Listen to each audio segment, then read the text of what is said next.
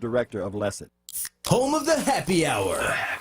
With Sincerely Sarita. This is WURD Radio, 96.1 FM and 900 AM WURD Philadelphia. Streaming live at wordradio.com and on the WURD Radio app. The views and opinions expressed by the guests, listeners, and hosts of any program on WURD Radio do not necessarily reflect those of ownership, management, or advertisers of this station.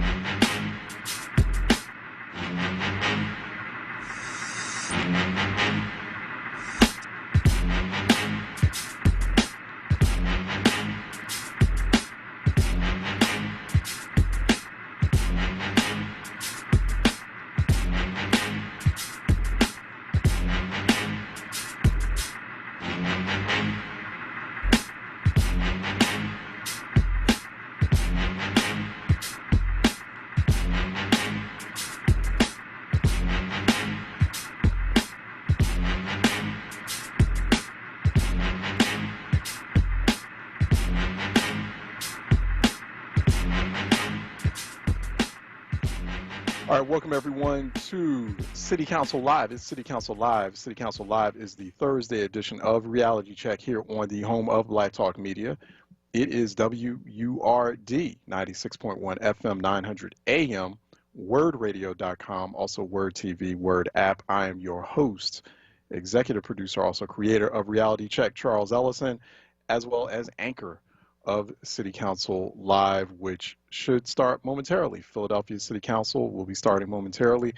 As you know, every Thursday we engage in gavel-to-gavel coverage of the Philadelphia City Council as it meets as a whole committee.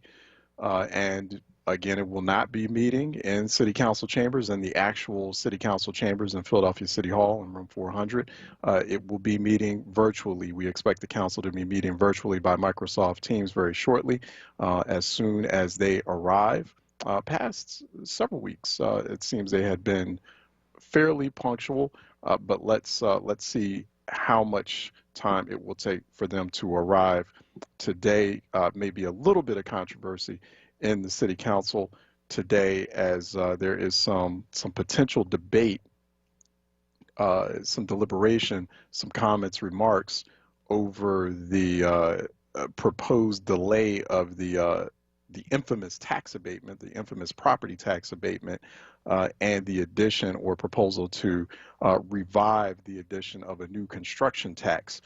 So we're hearing that announced yesterday by Philadelphia City Council. We anticipate legislation perhaps being introduced today.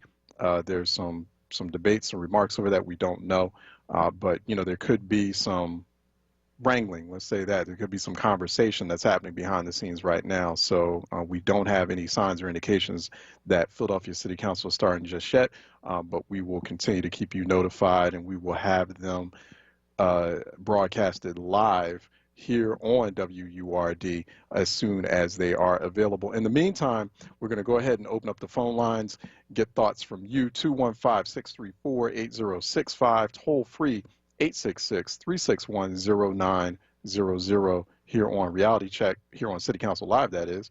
215-634-8065, toll free 866-361-0900 here on City Council Live. It is our Thursday edition where we will be broadcasting Philadelphia City Council Live. Also, would love to hear your comments, get your feedback, or your morning salutations in our WURD TV live stream at facebook.com/forward.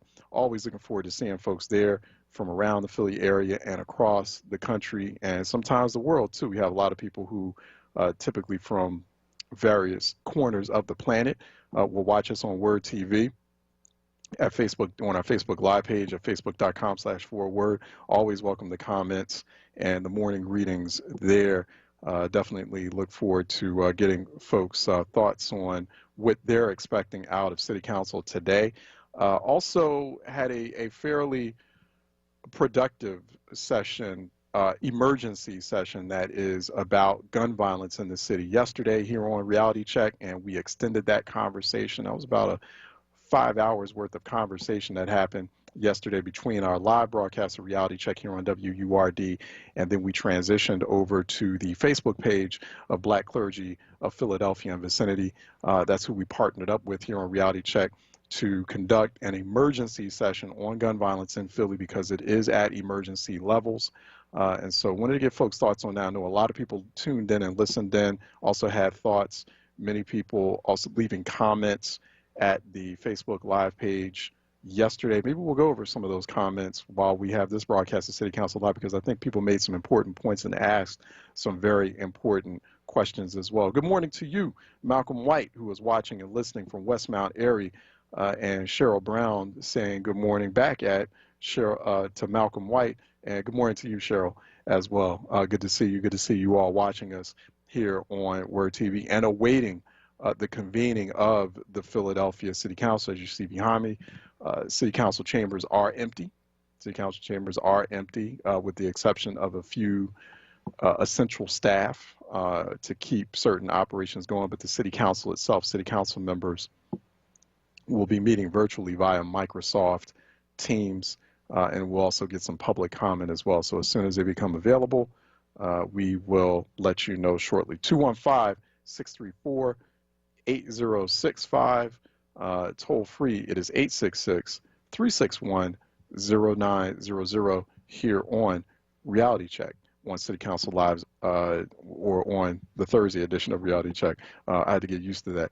215, I always got to get used to that sort of that mental transition I had to make from Wednesday to Thursday when we have to do City Council Live. 215-634-8065, toll free, 866-361-0900 here on Reality Check. Also some breaking news out of Washington, D.C., because of course we do that here on Reality Check where we cover national politics and public policy, hashtag word on politics, by the way. But the Senate Judiciary Committee has formally set a panel vote, has formally set a committee vote on the nomination of Amy Coney Barrett to the U.S. Supreme Court, and that formal vote is set for October 22nd at 1 p.m.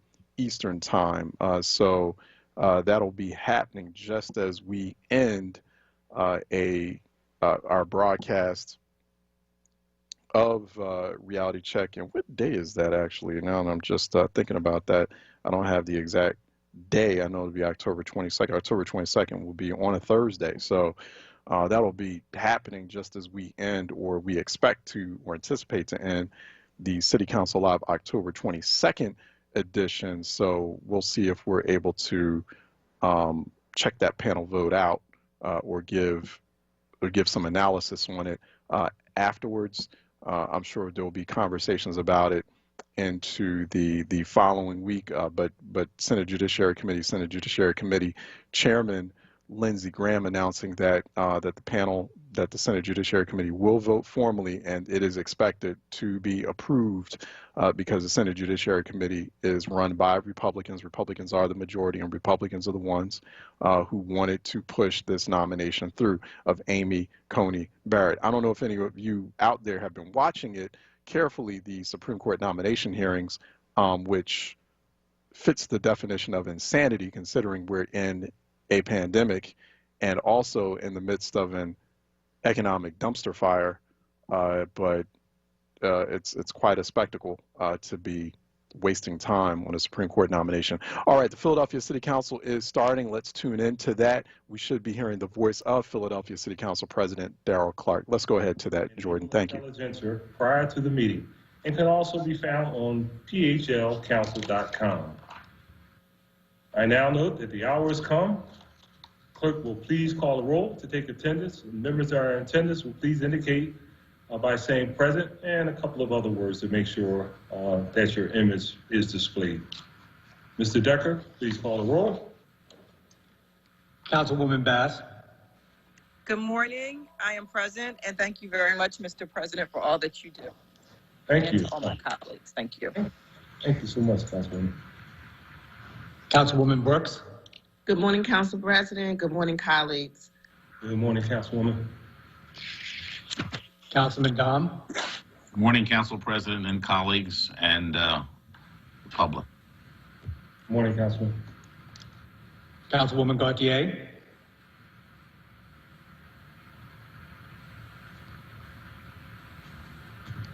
Good morning, everybody.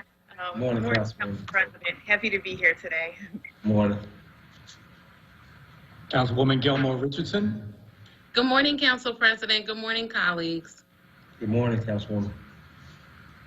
Councilman Green. Good morning, Council President. Good morning, members of City Council. Looking forward to another engagement of our legislative body today. Morning, Councilman. Councilwoman Gim. Good morning, Council President. Good morning, colleagues. Good morning, Councilwoman. Councilman Heenan. Good morning, Council President, and good morning, colleagues. Morning, Councilman. Councilman Johnson.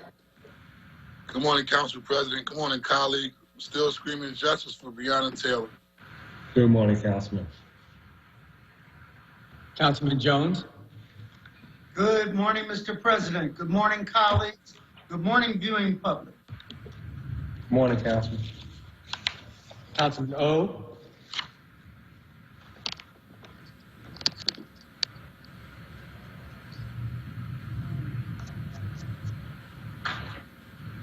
Councilman O. Councilman O'Neill. Good morning, everyone. Good morning, Councilman. Councilwoman Parker. Good morning, Mr. President, colleagues. Good morning, Philadelphia. Good morning, Councilwoman. Councilwoman Quinones Sanchez. Good morning, colleagues. Council President Clark, looking forward to today's session. Good morning, Councilwoman. Councilman Squilla. Good morning, Council President. Good morning, colleagues. Present. Good morning, Councilman. Councilman Thomas. Good morning, Council President. Good morning, colleagues. Happy Thursday, everybody. Good morning, Councilman. Council President Clark. Good morning, everyone. We have established a quorum, and we will now normally move to our invocation. Despite that great need, we will, however, observe a very brief moment of silent prayer for our city, its leaders, and its citizens during the current public health crisis. Let us please observe a moment of silence.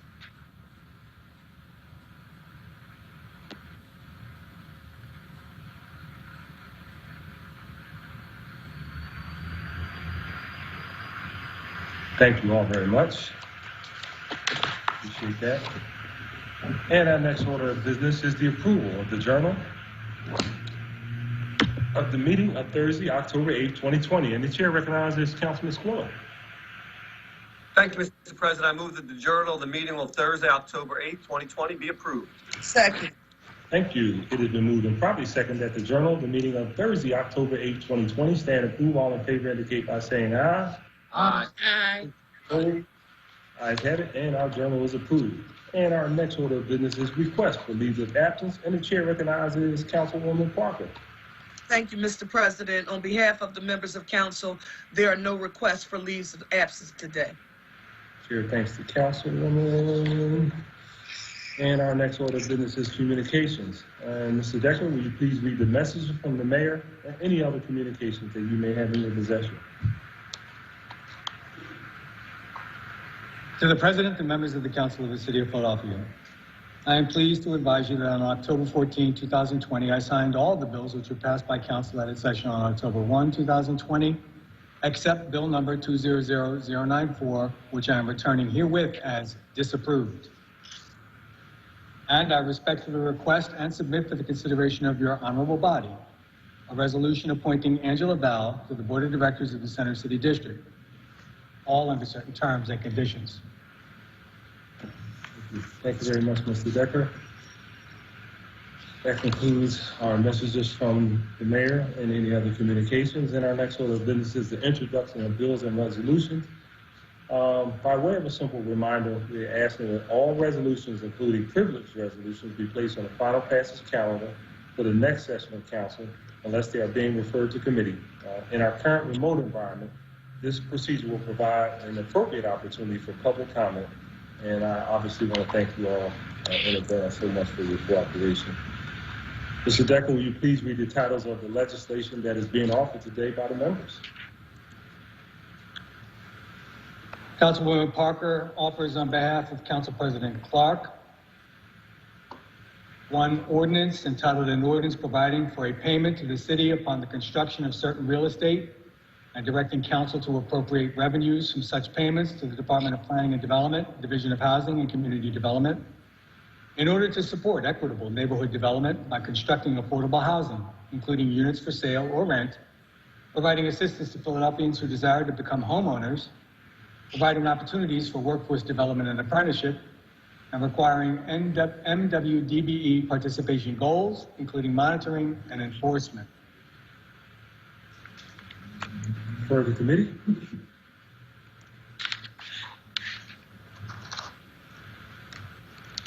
Councilwoman Gim offers one bill entitled an ordinance adding a new chapter 95300 to the Philadelphia Code entitled Travel and Hospitality Worker Recall and Retention, to require that certain laid-off employees in certain hospitality and travel-related industries are offered job positions as they become available. For the committee. Councilman Heaney. Hold on a second, Mr. Decker. Councilwoman again, did you want to be recognized? Yes, thank you very much, Council President. Yeah. I appreciate it. First of all, I want to just acknowledge how important this work is. Councilmember Johnson, Councilmember Thomas, and a broad majority of City Council have come together to introduce an economic justice package for Philadelphia's hospitality, tourism, and airport workers. This is a city where 1 in 2 Philadelphians has lost a job or seen a decline in income. And we know that economic recovery and the health of our city relies on Black, brown, and immigrant workers in our communities and neighborhoods returning to work as soon as businesses open. Black workers matter. This is a council that knows how much that means. We've put teeth to it. We've established a formal Department of Labor. We've expanded paid sick leave. We've constantly supported the right for collective bargaining. We've passed national models to expand and protect labor rights. This is a council that not only recognizes that Black workers matter, it proves it every day. So today, we will be standing alongside Philadelphia workers who are the economic engines of our city. There are no hotels, there are no stadiums, and there's not a Philadelphia International Airport without the hard work of these folks. When coronavirus hit, they were also among the millions of Pennsylvanians who were the first to find themselves without work, applying for unemployment, and relying on our nation's far too thin safety net, often for the very first time. I want to say that this bill is going to go through a robust public process, as it always does.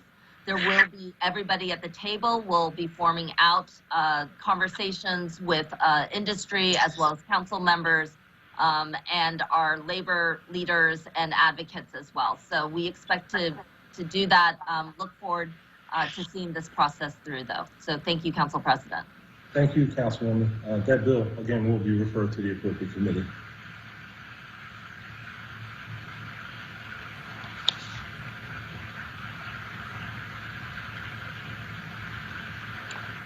Councilman Heenan offers one bill and one resolution entitled an ordinance amending section 19-1303.4 of the Philadelphia Code entitled authorization to offer exemption from real estate taxes on new construction of residential properties by modifying the start date of certain changes to tax abatements with respect to new construction of residential properties. For the committee. And a resolution honoring and recognizing the life and legacy of Alexander R. Hornsey for his heroic service and impact on Philadelphia and the United States of America. Next week's calendar.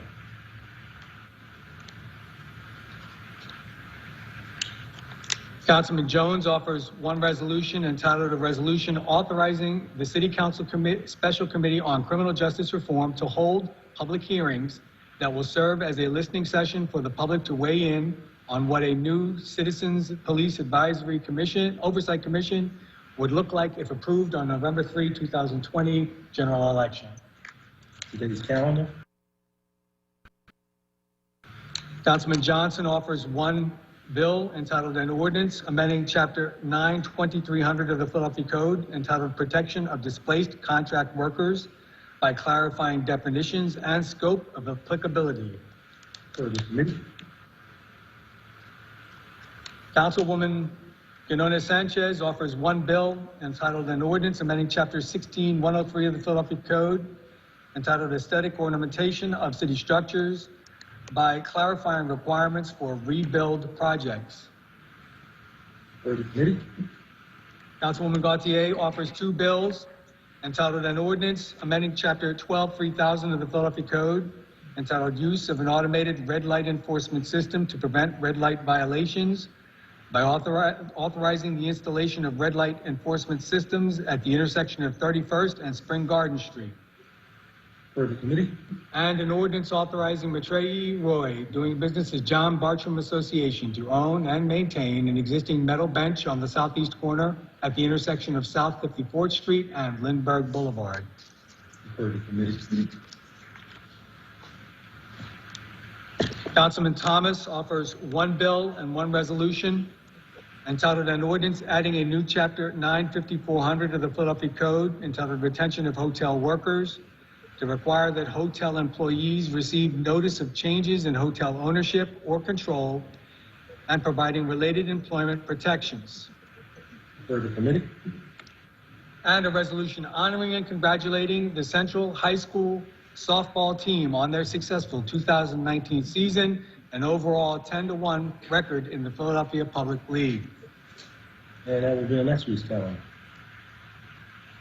Councilman Squilla offers one resolution entitled a resolution appointing Angela Val to the Board of Directors of the Center City District. And that will be on next week's calendar. There are no other bills or resolutions being offered by the members, Mr. President. Thank you very much, Mr. Decker. That concludes our introduction of bills and resolutions. And our next order of business is the reports from committee. And the chair recognizes Councilwoman Bass for a report from the Committee on Public Health and Human Services. Thank you, Mr. President. The Committee on Public Health and Human Services reports out one bill with a favorable recommendation. Thank you. Chief Clerk will please read the report.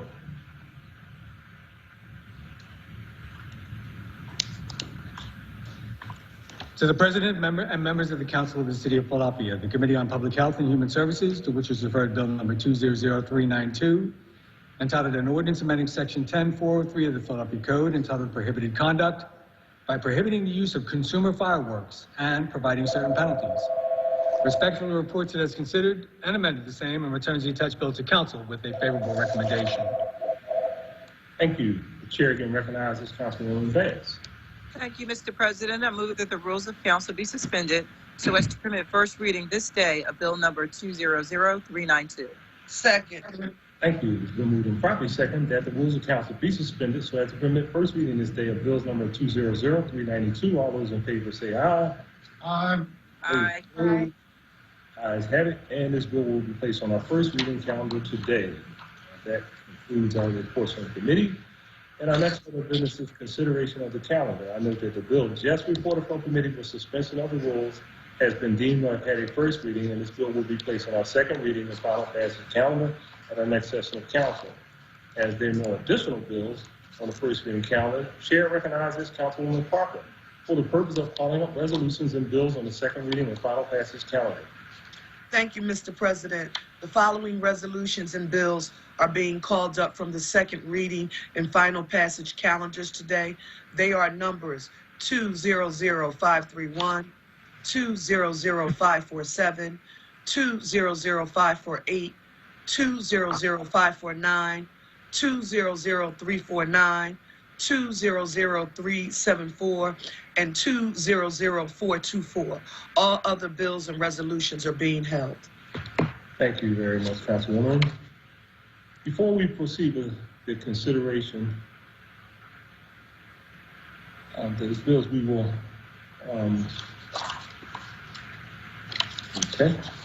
Before we proceed with the consideration of the bills, we will have our public comment session. We're going to take a 10-minute recess to give our technology professionals some time to connect the speakers we have for today's meeting.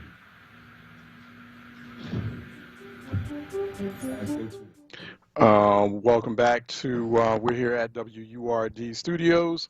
You are listening live to Philadelphia City Council Live, meeting virtually still. And we are back on, I'm back on actually on WURD TV, just taking a quick camera break as the Philadelphia City Council convened for today. Phone lines are open while they take that 10-minute break to get ready for the public comment period. 215-634-8065, toll free 866-361-0900. First, I'd like to encourage Philadelphia residents to take advantage, especially in this virtual environment that the Philadelphia City Council is operating in. Take advantage of that public comment period. Reach out to your city council member's office.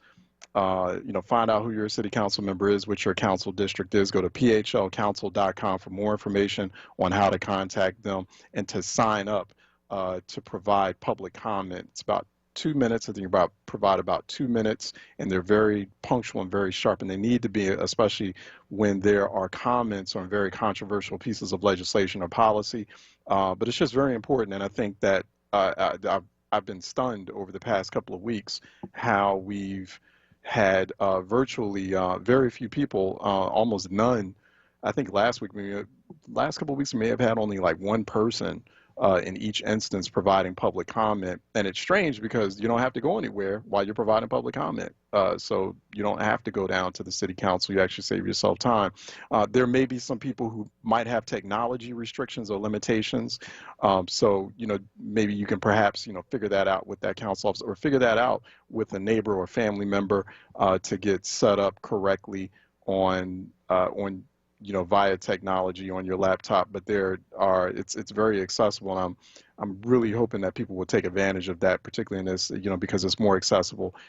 You don't have, and I don't know, perhaps the way the council has been operating virtually will make it change the way that it typically operates. Maybe perhaps this will create some new efficiencies in public comment once city council goes back to being on business on site. 215-634-8065, toll free 866-361-0900. So you did hear those two pieces of legislation being introduced today regarding the property tax abatement. Councilmember Bobby Heenan introducing legislation to delay implementations of a modified property tax abatement until 2024, and Councilwoman Sherelle Parker introducing a proposal for a 1% construction tax. A 1% construction tax that's expected to bring in $20 million annually into city coffers to also create, to help create, I'm sorry, they're back on. Philadelphia City Council is back on for public comment. Let's go to that. Name to the list. We'll then telephone each person on the list during the council session and invite them to our remote meeting. Today, we will have a time frame of 3 minutes for your testimony. Please, for the record, in the event that we have a significant amount of individuals testifying on legislation, we reserve the right to limit testimony to same subject matter. But I think we're going to be okay today in terms of the number of people testifying, so we'll get the full 3 minutes. I must tell you, once your allotted time has passed, you will be asked to conclude your remarks, and shortly thereafter, you will be muted and disconnected from the remote meeting. So, please be aware that the public meeting is being recorded. Because the public meeting is public, participants and viewers have no reasonable expectation of privacy. So by continuing to be in the meeting, you're consenting to being recorded. I will now ask the chief clerk to please read the name of our first speaker. Janine Lisitsky, commenting on 200548.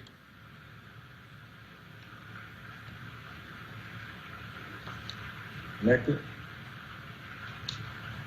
Ms. Lisitsky? Yes, good morning.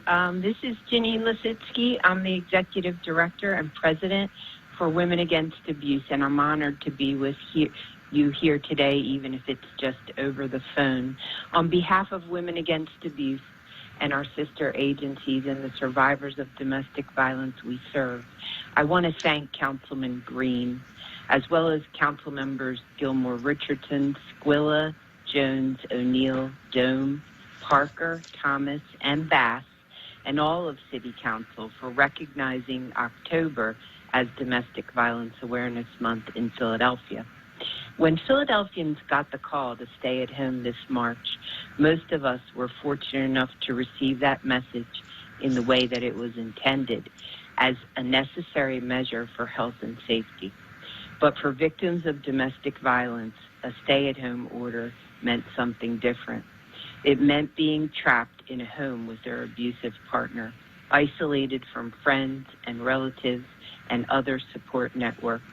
It meant fear, and it meant danger. While services for people experiencing domestic violence have remained open throughout the pandemic, fewer victims are reaching out for help. Agencies like ours are doing everything we can to reach victims who are trapped in their homes, but we fear that many in our community are experiencing increased violence with little hope for reprieve. We know that we will likely not see the true impact of the pandemic on survivors until the pandemic comes to an end. And at that point, for some, it will be too late. This is a pretty grim picture, which I don't say to scare you, but only to fix us on reality and then lead us to action. Domestic Violence Awareness Month is a time for reflection. What are you doing to support people experiencing violence in our community during the pandemic? In 2020, the same old strategies will fall short. But in this city of brotherly love, there are a number of new opportunities to reach members who may be suffering, thanks to you, in part. A food distribution site may be the only time a survivor is able to leave their home this week. Does your team have resources there? A virtual learning access center might be the only chance a Philly student witnessing violence in their home has to talk to an adult. Are you ready for that conversation? I just want to remind you that survivors need you, City Council, as always. They need you to remember them when you're designing policies, advocating in your community, and writing budgets. They are your constituents, and they're your neighbors, and they may be some of you. You won't always see them, because for many of them it's not safe to be seen, but they're counting on you.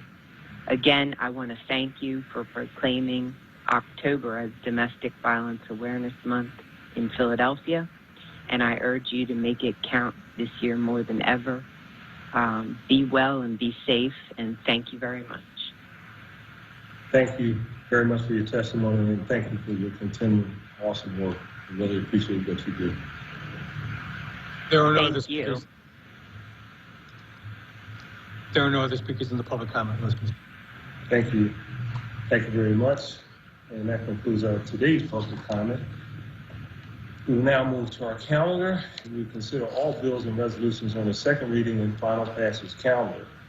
So, Mr. Decker, I'm going to ask you to please read the title of resolution number 200-531. A resolution encouraging the First Judicial District to institute administrative rules that allow the court to seal evictions and corresponding civil matters between a landlord and a tenant in the interest of justice and without consent from the opposing party, as well as invest in alternative processes of resolving landlord-tenant disputes, further calling on the Pennsylvania State Legislature to amend the Landlord-Tenant Law of 1951 to allow for the sealing of evictions. Thank you. Chair recognizes Councilman Thomas for a motion. Thank you, Council President. I move for the adoption of the resolution, and I look forward to making remarks in our speeches of the majority. Second. Thank you. Thank you. It's been moved and seconded that the resolution be adopted. All in favor indicate by saying aye. Aye. Aye. Aye. Opposed? Ayes have it, and that resolution is adopted. Mr. Decker, please read the title of 200-547. A resolution authorizing the Commissioner of Public Property to execute and deliver to the Philadelphia Redevelopment Authority deeds conveying fee simple title to certain city-owned lots or pieces of ground with the buildings and improvements thereon, situated in the second council managed district of the city of Philadelphia, pursuant to section 16405 of the Philadelphia Code. Thank you. The chair recognizes Councilman Johnson for a motion. Thank you, Council President. I move for the adoption of the resolution. Second. Thank you. It has been moved and properly second that the resolution be adopted. All in favor indicate by saying aye. Aye. Opposed? Ayes have it, and that resolution is adopted. Mr. Decker, please read the title of resolution number 200548. A resolution declaring October as Domestic Violence Awareness Month in the city of Philadelphia. Chair recognizes Councilman Green for a motion. Thank you, Council President. I want to thank all my colleagues for their continual support for October in reference to this great cause. I want to thank Janine Lasitsky from Women Against Abuse for her words during public comment. More than ever, and if you listen to her words and we think about the impact of this global pandemic and how it's kept people trapped in their homes physically, but those who are suffering from domestic violence is causing even greater impact to them. And so I'm glad that we're able to have this resolution in council today, although virtually. And one thing I want all of us to support is by going to the website for womenagainstabuse.org and sign up for the I Pledge, something that we historically do outside as a group. And so I'm just going to read the pledge for everyone before I move for the adoption of the resolution.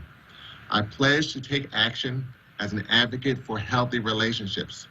I will believe survivors of relationship abuse and amplify the voice of those who have been silenced. I will actively work against oppression and commit to being part of the change needed to create a community that is safe and just for every person. And with that, Council President, I move for the adoption of the resolution. Second. Thank you. It's been moved and seconded that the resolution be adopted. All in favor indicate by saying aye. Aye. Those opposed, ayes have it, and that resolution is adopted. Mr. Decker, please read the title of resolution number 200549. A resolution honoring and congratulating the Northeast High School football team on their successful 2019-2020 season and overall 12-2 record in the Philadelphia Public Football League. Chair again recognizes Councilman Thomas. Thank you, Council President. I move for the adoption of the resolution. Second.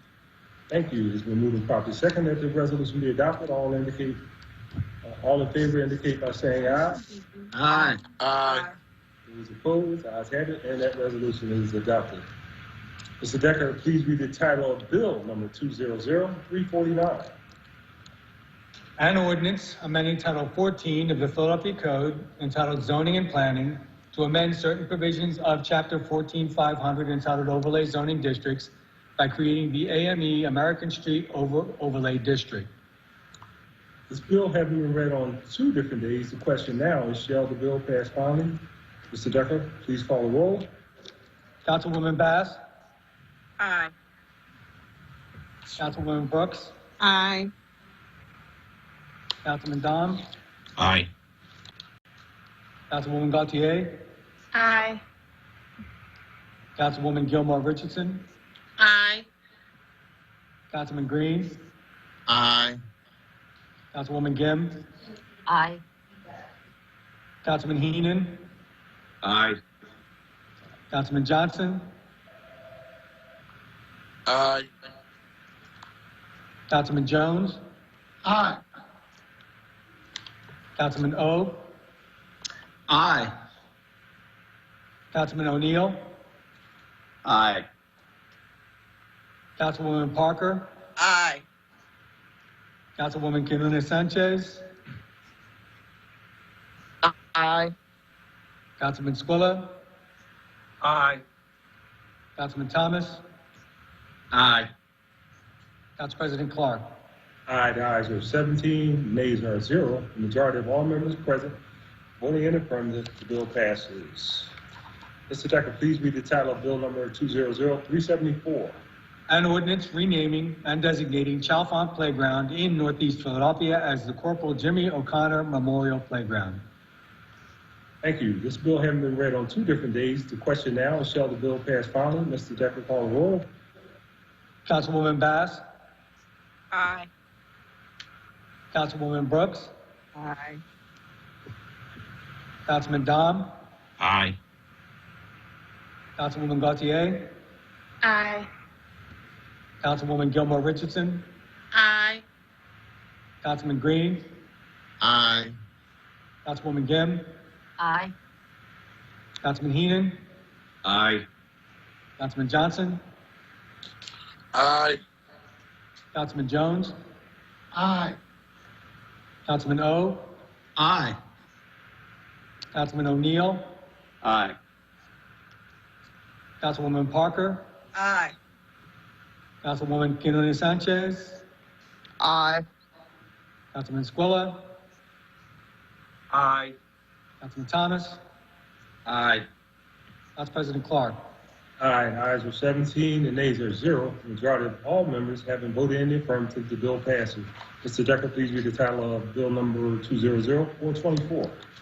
An ordinance renaming and designating the property commonly referred to as the 30th and Jefferson Playground, located at the corner of 30th and Jefferson Streets, as the Howard McCall Senior Playground in the city of Philadelphia. Thank you. This bill having been read on 2 different days, the question now is, shall the bill pass finally? Mr. Decker, call the roll. Councilwoman Bass, Aye. Councilwoman Brooks, Aye. Councilman Dom, Aye. Councilwoman Gautier, Aye. Councilwoman Gilmore Richardson, Aye. Councilman Green, Aye. Councilwoman Gim, Aye. Councilman Heenan, Aye. Councilman Johnson,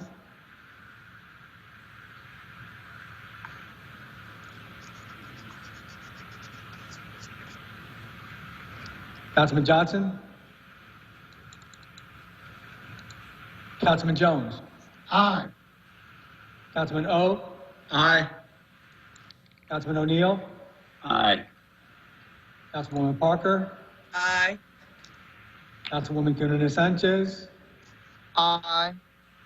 Councilman Squilla, Aye. Councilman Thomas, Aye. Council President Clark. Aye. Ayes are 16 and nays are 0. Council President, I'm sorry, sir. I would like to be recorded as aye. Thank you. Thank you, Councilman. The ayes are 17, the nays are 0. The majority of all members having voted in the affirmative, the bill passes. Mr. Decker, do you have any additional resolutions? A resolution authorizing the City Council Special Committee on Criminal Justice Reform to hold public hearings that will serve as a listening session for the public to weigh in on what a new Citizens Police Oversight Commission would look like if approved on the November 3, 2020 general election, introduced by Councilman Jones. Chair recognizes Councilman Jones. Thank you, Mr. President. I move for its adoption. Second. It's been moved and properly second. All those in favor say aye. Aye. Those opposed? Aye. And that resolution is adopted. There are no other resolutions on the final passage calendar, Mr. President. Thank you very much. Broke another record. That completes our calendar for today. Prior to recognizing members regarding speeches, I will note for the record at this time that we will use the chat feature available in Microsoft Teams to allow members to signify that they wish to be recognized in order to comply with the Sunshine Act. The chat feature must only be used for this purpose. That said, are there any speeches on behalf of the minority? There doesn't appear to be any speeches on behalf of the majority. Chair recognizes Councilman Green. Thank you, Council President. Today, as someone who's very active in the autism community and doing a lot of work in the disability community, trying to advocate for those that have physical or learning differences, I learned something new today. I learned that today is a global peer supports celebration day. And this is very interesting, the fact that I learned about this day through Mental Health Partnerships. They are an organization that have partnered with the Philadelphia Autism Project to create the Community Autism Peer Specialist Program.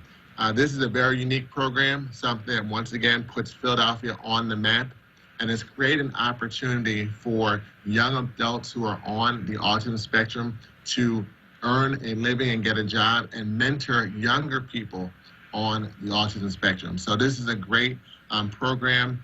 Great the fact that we can acknowledge those people who are providing peer support, especially those who are on the autism spectrum. So I want to thank Mental Health Partnerships for bringing this to my attention and making sure that we recognize Global Peer Supports Celebration Day for today, October 17th.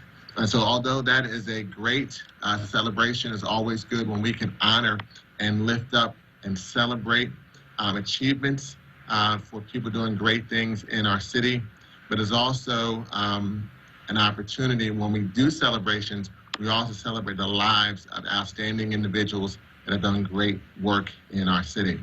And so, 2020 has been a very challenging year in so many ways, both from a health crisis and economic issues. And so Monday evening, I received a call late Monday night regarding someone who has been an outstanding advocate for Black businesses in the city of Philadelphia. I first met Earl Harvey back in the early 90s as we were part of a couple different organizations, and we used to have, the Philadelphia Black Professionals Holiday Party, and a number of different organizations like the Urban League Young Professionals, Urban Bankers Association, a number of groups came together to do that holiday party on a regular basis. And as that event started to wane, Earl took the mantle and continued to promote that.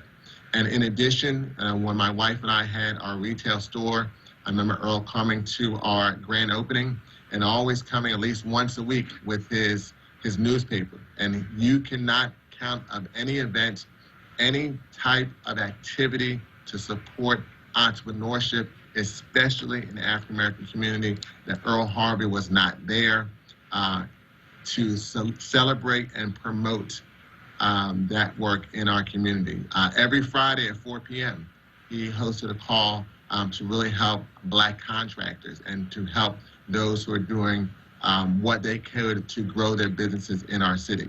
So 2020 has been a year like no other, and we lost another outstanding individual. He graduated from Central High School, class 231, but he is someone that will be deeply missed. I will miss his jovial and his energy and his enthusiasm anytime you saw him or talked to him, either on the phone or in person, even on a Zoom call. He was always in great spirits, always promoting, and really the kind of the Pied Piper of Black business in the city of Philadelphia. So with that, Council President, if we could just take a brief moment of silence to honor the life and legacy of an outstanding advocate for African-American businesses in the city of Philadelphia, Mr. Earl Harvey. Thank you, Councilman. Will Council please have a brief moment of silence?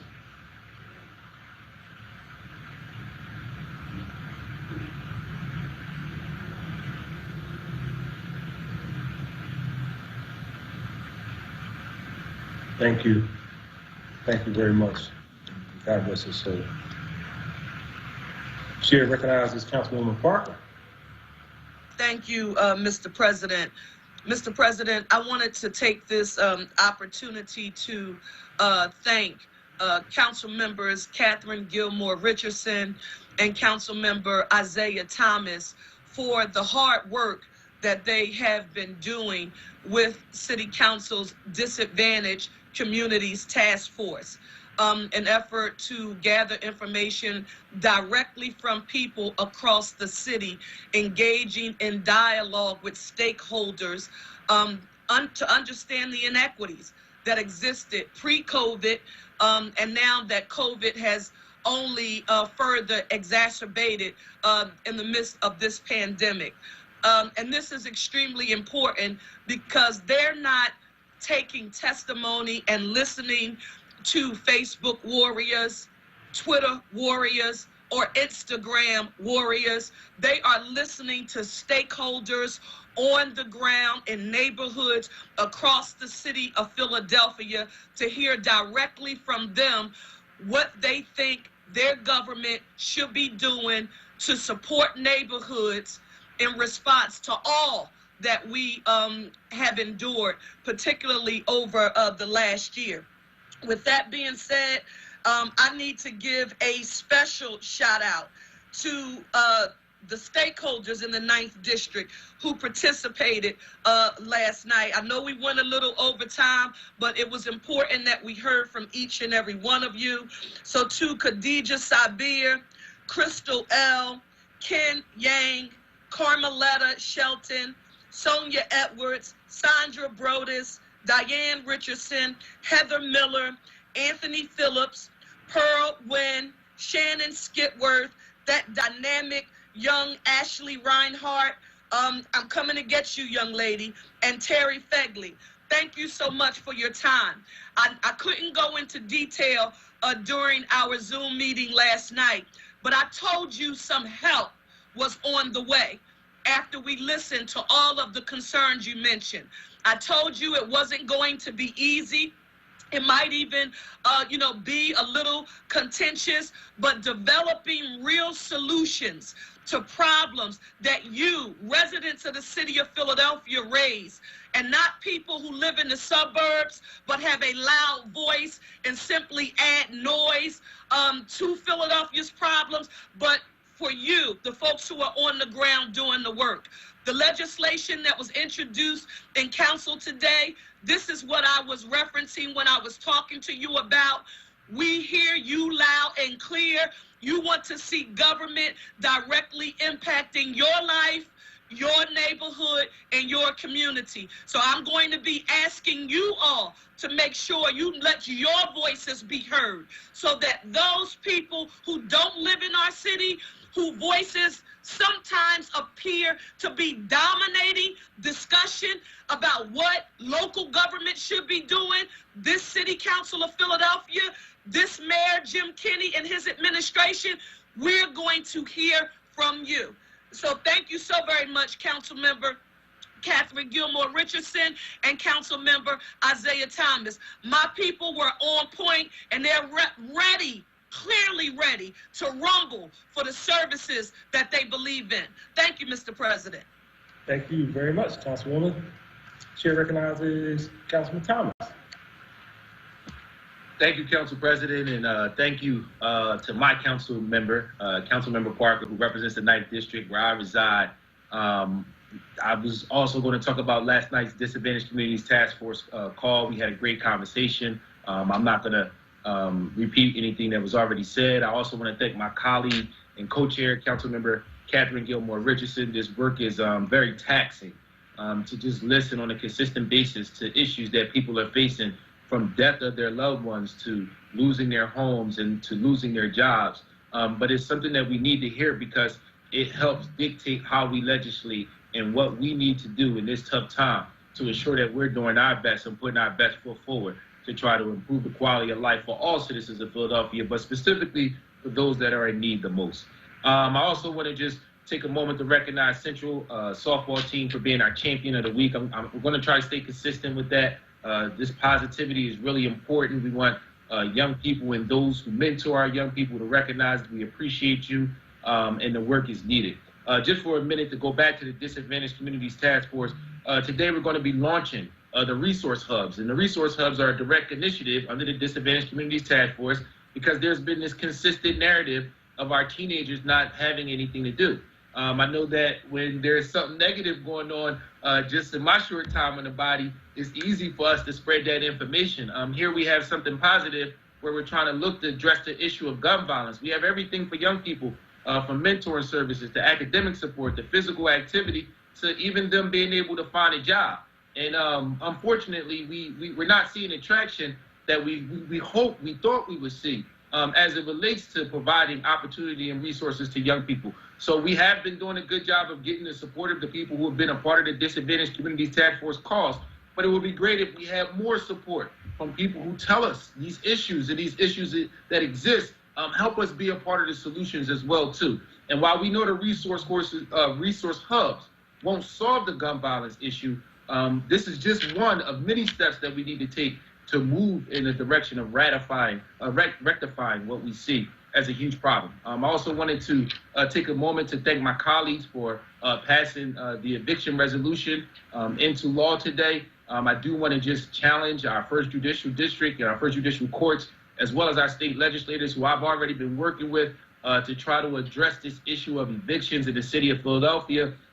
This was a problem before the pandemic and is yet another issue that has gotten worse. Last but not least, I would like to thank my colleagues, council members Johnson and Gim for the great work as it relates to the Black Workers Bill. Us as a council body, we will continue to do everything in our power to let folks know that we're here to fight for them. Thank you, Council President. Thank you, colleagues. And again, happy Thursday, everybody. Looking forward to seeing you later today at the Resource Hubs. Thank you. Thank you, Councilman. Appreciate that. Keep up that awesome work. That appears to conclude our speeches. So with that, Councilman Jones, you didn't come up on my radar. Chair recognizes Councilman Jones. Councilman, you're muted. Thank you, Mr. President. To members Thomas and Gilmore Richardson, when you're ready to listen, then you're ready to lead. Part of this job is just people don't need you always to know every answer to every question. But when you listen and they know they are heard, then they know they are well represented. And so kudos to you for having that patience to listen to the public who we're here to serve. I just want to quickly say that on Saturday, we are doing an event called Be Woke, Vote. It is a nonpartisan event at 52nd and Jefferson in the ShopRite and Lowe's Plaza. We will be doing drive-through giveaways of food. We will be doing swag bags. We will have local artists. We will have prizes. We will have surprise guests, all at the shopping center just to encourage us and remind us that we have 18 days left until the most important election in our lifetime. No matter who you're voting for, this is nonpartisan, but I guarantee you it is the most important election. When you hear some of the narratives and rhetoric that are going all around this election, we have a responsibility to participate. If you are for something, if you are advocating something, if something matters to you, vote about it. It's enough said and done. We got 18 days, let's do it. I want you to also know that when people start talking about whether or not they are going to leave as a result of the outcome of an election, you better listen to them. And we need to be vigilant in making sure and supporting the election process in the city of Philadelphia. Commissioner Dealey, Commissioner Sabir have a hell of a job. Anytime you are focused of the presidential debate, all of us need to roll up our sleeves and help. The city of Philadelphia needs volunteers to do things like work on the polls. They need volunteers to make sure that there are rovers, to make sure machine problems get reported quickly. This is not a game. Literally, our lives hang in the balance and the quality thereof. So I hope you can join us between 12 and 4 tomorrow at the shopping center, 53rd Street. It's always a party. And on a final note, Earl Harvey was cooler than the other side of the pillow. When he showed up at the party, you knew it was a party. He was a man about town, social debonair, reporter, had a whole bunch of titles, and all of them had the prefix of cool. Thank you, Mr. President. Thank you, Councilman. Cooler than the other side of the pillow. Wow, that's awesome. Chair recognizes Councilman Johnson. Hey, thank you, Council President. Just in wrapping up, I just wanted to acknowledge the work that Isaiah Thomas is doing around these resource hubs. As we address this issue of gun violence here in the city of Philadelphia, I learned as a young man from my grandmother that idle time is the devil's workshop. And so I commend him for creating an outlet for our young people to get involved in something that's positive, and hopefully in the future it could be a program that could be taken to scale. I remember working under Senator Anthony Hardy Williams, and it was John Street who was the mayor. We had a significant number of homicides and shootings taking place in the city of Philadelphia. They came out to my community and said, "What do y'all want to see?" He said, "Meet me here at 6 o'clock in the morning on Saturday." And everybody showed up in the neighborhood, and the idea was to create a curfew center. And it was a very effective and efficient curfew center based upon politics that was dismantled, but nevertheless it was very effective and efficient. And most importantly, the community stepped up and volunteered to make sure the curfew center moved forward. And so WURD Radio, 96.1 FM and 900 AM WURD Philadelphia. Outside the box as we tackle this issue, and that resource hub that he did on his own in terms of creating public-private partnerships is something that I believe should be duplicated all across the city of Philadelphia with support like the Chamber of Commerce, with support from our local colleges, with support from our local healthcare institutions. And so I want to personally endorse this project. I'm going to work with his team to get one in South Philadelphia, but I think it's something that should be taken to scale. Hopefully it should be in everybody's district, especially if you're dealing with issues of crime and violence. And so, young man, you keep up the good work. It is refreshing and it's inspiring, because we have to make sure that we're doing everything possible to keep our young people involved in things that are positive. And when they're not, we can't let COVID-19 be an excuse. When they're not involved in something that's positive, they will do like I did when I was a young man. I'm going to get involved in whatever I can get involved to enjoy myself, rather than be good or bad. And so that's indicative of the environment that we're in. So, young man, you keep up the good work, Isaiah Thomas, and I fully endorse your resource hubs, and hopefully it can go to scale across the city of Philadelphia. Thank you very much, Council President, for the time. Thank you, Councilman Johnson. I believe Councilman Thomas wanted to be recognized one more time. Yes, thank you, colleagues, and I'm sorry for this, but real quick, I'm being told I did not give the information for the resource hub. So if people want to sign up for the resource hubs, they can just email us at resource.hubs, two B's and an S, at phila.gov. Resource.hubs@phila.gov. Thank you, Council President. Thank you, Councilman. Keep up that awesome work.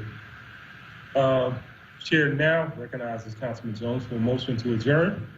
Thank you, Mr. President. I move that council stand adjourned until Thursday, October 22nd, 2020 at 10 a.m.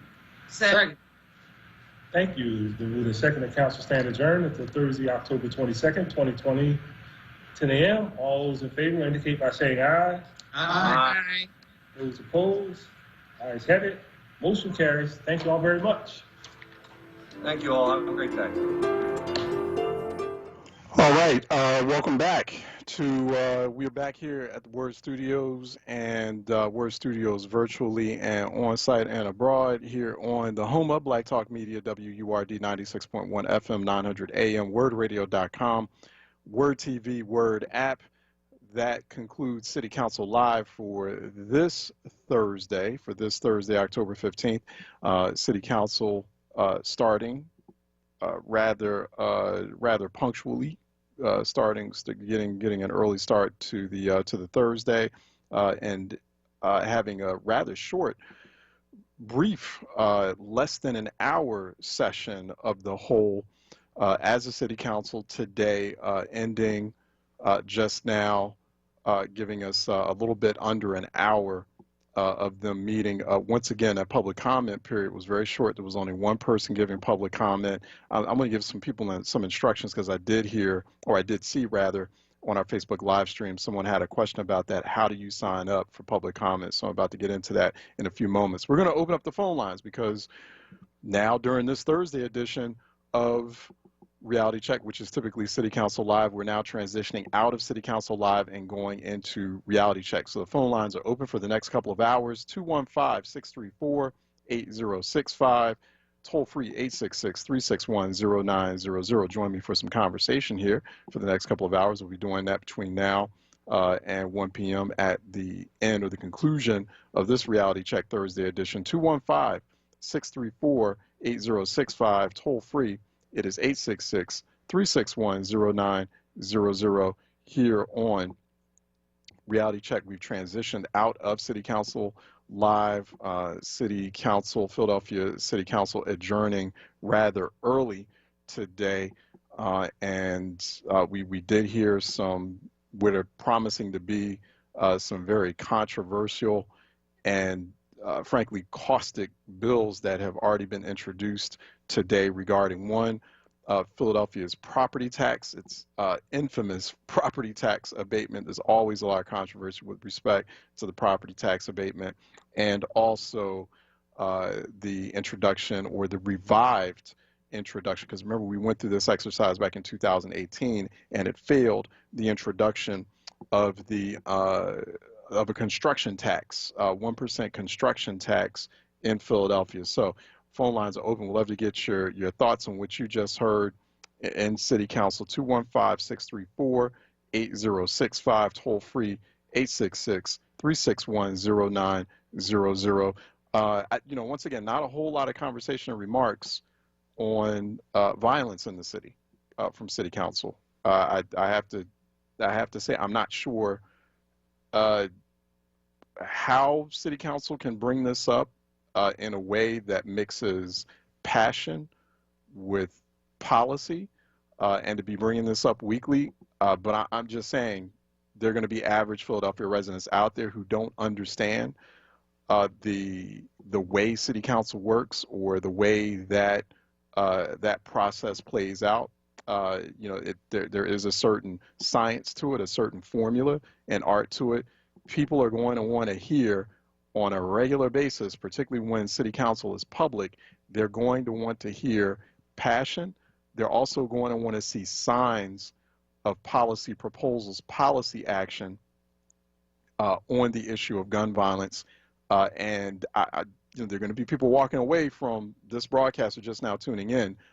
They're not getting that sense today. So as we know right now, homicides in Philadelphia are at 380. We have near 400 homicides, and this is national. People know. I was on Keeping It Real with Reverend Al Sharpton yesterday, like I typically am every Wednesday, and that's I'm talking to, at that moment when that happens, I'm having a conversation not just with Reverend Sharpton, but with millions of people nationwide in multiple markets. And we talked about it. We talked about violence in Philly. Like, I put Philadelphia on the spot, and let them. And Reverend Sharpton himself was like stunned. He's like, "What?" Because he didn't know. So yes, Philadelphia is on the map. I am unapologetic and unabashed and having that conversation nationally and letting people know we have a really serious problem in Philadelphia, and it has to be addressed aggressively. It has to be addressed creatively. We had an emergency session here on Reality Check about gun violence. There has got to be a more urgent, commanding and passionate tone out of City Hall with respect. You can't be like the deer caught in headlights, the proverbial deer caught in headlights on this topic, when you're 38% above where you were this same time last year in the number of homicides, and still concerns. I did finally have that conversation with Philadelphia Police Commissioner Danielle Outlaw, although I wish I had it just one-on-one with her. I wish it wasn't such a crowded panel, right? But I do appreciate we finally got her. We were able to ask her about what's happening, what she's going to do about it, and about that also abysmal Philadelphia Police Department homicide closure rate. There's still some issues with that. And you have homicide detectives getting overtime. Like, why? Why are you getting overtime? Why are you getting paid extra and you're not performing?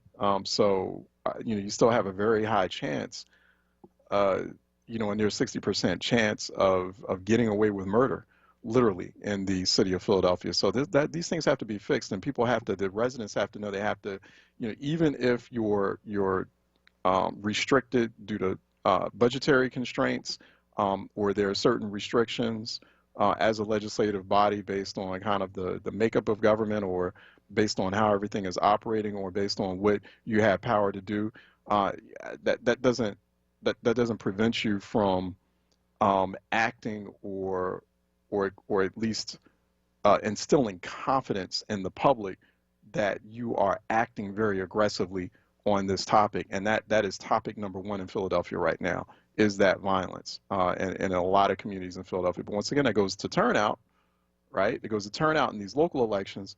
People are going to, the next local election that comes up, for whether it's mayor or city council, people particularly in the most impacted parts of the city, those parts of the city that are impacted the most by violence, really have to figure out a way to make their voice heard. Because I look at those maps every local election cycle in Philadelphia, and it's just low, very depressing, and just upsetting, disappointing voter turnout in those sections of the city where you see the gun violence striking the most. So, and I'm just saying, like, if City Hall as a policy-making place, if folks like City Council or the mayor, if they're seeing low voter turnout, like in some precincts, like no voter turnout, particularly from those neighborhoods that are hit the most by gun violence, and so they're, I'm just thinking, mentally, people are like, well, they must not really be all that concerned about these issues, so I'm only going to do the bare minimum. I'm only going to act when I feel I need to on this particular issue. People really, during these local election cycles in Philadelphia, and there's not an opportunity to do that right now in this particular 2020 election, people really need to rise up. People need to rise up. We need to be seeing 60, 70, 80% kind of turnout. I mean, if you had that kind of high levels of turnout, and people are going to have to figure this out, and it's not just, the onus is not just on the residents, it's on people like me and people in the, other people in the political advocacy and civic and media class in the city. People are going to really have to figure out how to get that kind of turnout to make those kind of major dramatic changes in the political calculus in the city, so that people are responding much more, because at the end of the day, you're only having on average 12% of the city's residential population making the decision on who runs the city. And so when you're not hearing from the other 88% of residents, many of those residents being folks who are hit hardest by the gun violence in the city, I'm just saying, that's politics. Like, why should I respond? How aggressive do I need to be on this? But I mean, if these issues are really important to you, you've got to make that first step in participation to make those dramatic changes. You can't come on here griping about, these folks are not doing anything in any real substantive way. They're not really addressing this in any real aggressive way or on my behalf. But you haven't voted in those local elections. You haven't voted as, you're not, you pretty much kind of like just allow 12% of the city's population, the residential population, rubber stamp, give additional terms to people who have been in office for a long time and haven't been performing the way that you like them to perform. I'm just saying, that's just the way it works. So I'm just being real with you on that. So, but 215-634-8065, toll free, 866-361-0900, and we'll talk about other issues that council brought up today. Let me go to the phone lines. I have, once again, 215-634-8065, 866-361-0900 here on Reality Check. Let me go to Woody out of the barbershop calling in for a Reality Check. Woody? Hey, man, I'm getting more proud of you every day. Good morning. Good morning. Thank you. I'm telling you, your grandmom did a great job, and every time I hear you, I can feel it. I thank you for the whole thing about the time as far as council's concerned, and, making sure that they get there on time. Little things that you do are being heard all over the world, so I just want to let you know that, because it makes common sense. See, common sense is something that we seemingly lost because we're busy following, I guess, the form of technology instead of looking inside at that third eye and asking yourself, well, why should I do this? You see, we follow more than we understand. So in all our getting, we should try to get that understanding. But I say that to say that Brother Sharpton, I hadn't seen him in a while and heard anything from him because I haven't been able to, connect with his program. But I'm glad you were on there. Please tell him and give him my blessings and let him know I really appreciate the work that he's doing as well. Because the last thing he said on his program was he told the mayor, make sure you take the police commissioner past Woody's barbershop. I thought that was great. He said that on Politics Nation. But I just wanted to say this to you, Charles. The concept of education, I keep going back to that, is the reason we're having this public health problem. We got to get doctors involved. Brother did a beautiful job yesterday, and it was just wonderful. He had a doctor on, talking about, why can't I say his name? It's terrible. The new guy that's just came in. Why can't I say his name? Reverend Telefero. And oh yeah, right, Nick Telefellow, right? Nick, he did a great job. And the doctor that he talked to, his name was Dr. James Gilligan. He's out of Harvard University. He actually shows you that the issue, he's written several books on violence. And way before all this stuff was happening, that violence is caused because you're ashamed. And I could not believe that, but I thought about certain things. Yes, shame can make you want to fight back and get somebody for dissing you. Most people say, well, how did you shoot this person? Well, he dissed me. Well, he made that person ashamed, and he called that disrespect. But this gentleman out of Harvard, Dr. James Gallagher, Galligan, you got to check him out. And check with Nick. Make sure that you check with him, because I think by you checking with him, we can show that this is a public health problem. If we have a public health problem, it's going to affect everybody. Gun violence is a public health issue, and you can tie right into this whole thing of why these kids feel so low about themselves, because a lot of them can't read, write, counterspell. So I'm going to leave you on that one, man, but please check with Nick, because I would love to talk to you and Nick together so we can get something done, because you're doing a great job. Get it to council and get more people on the public side to be able to ask questions, because in our ignorance, a lot of people don't know how to do that either. Right. No, it's so key, and it's just so important. And in terms of that education piece, is School District Philadelphia just failing at that? I mean, we've went over this before.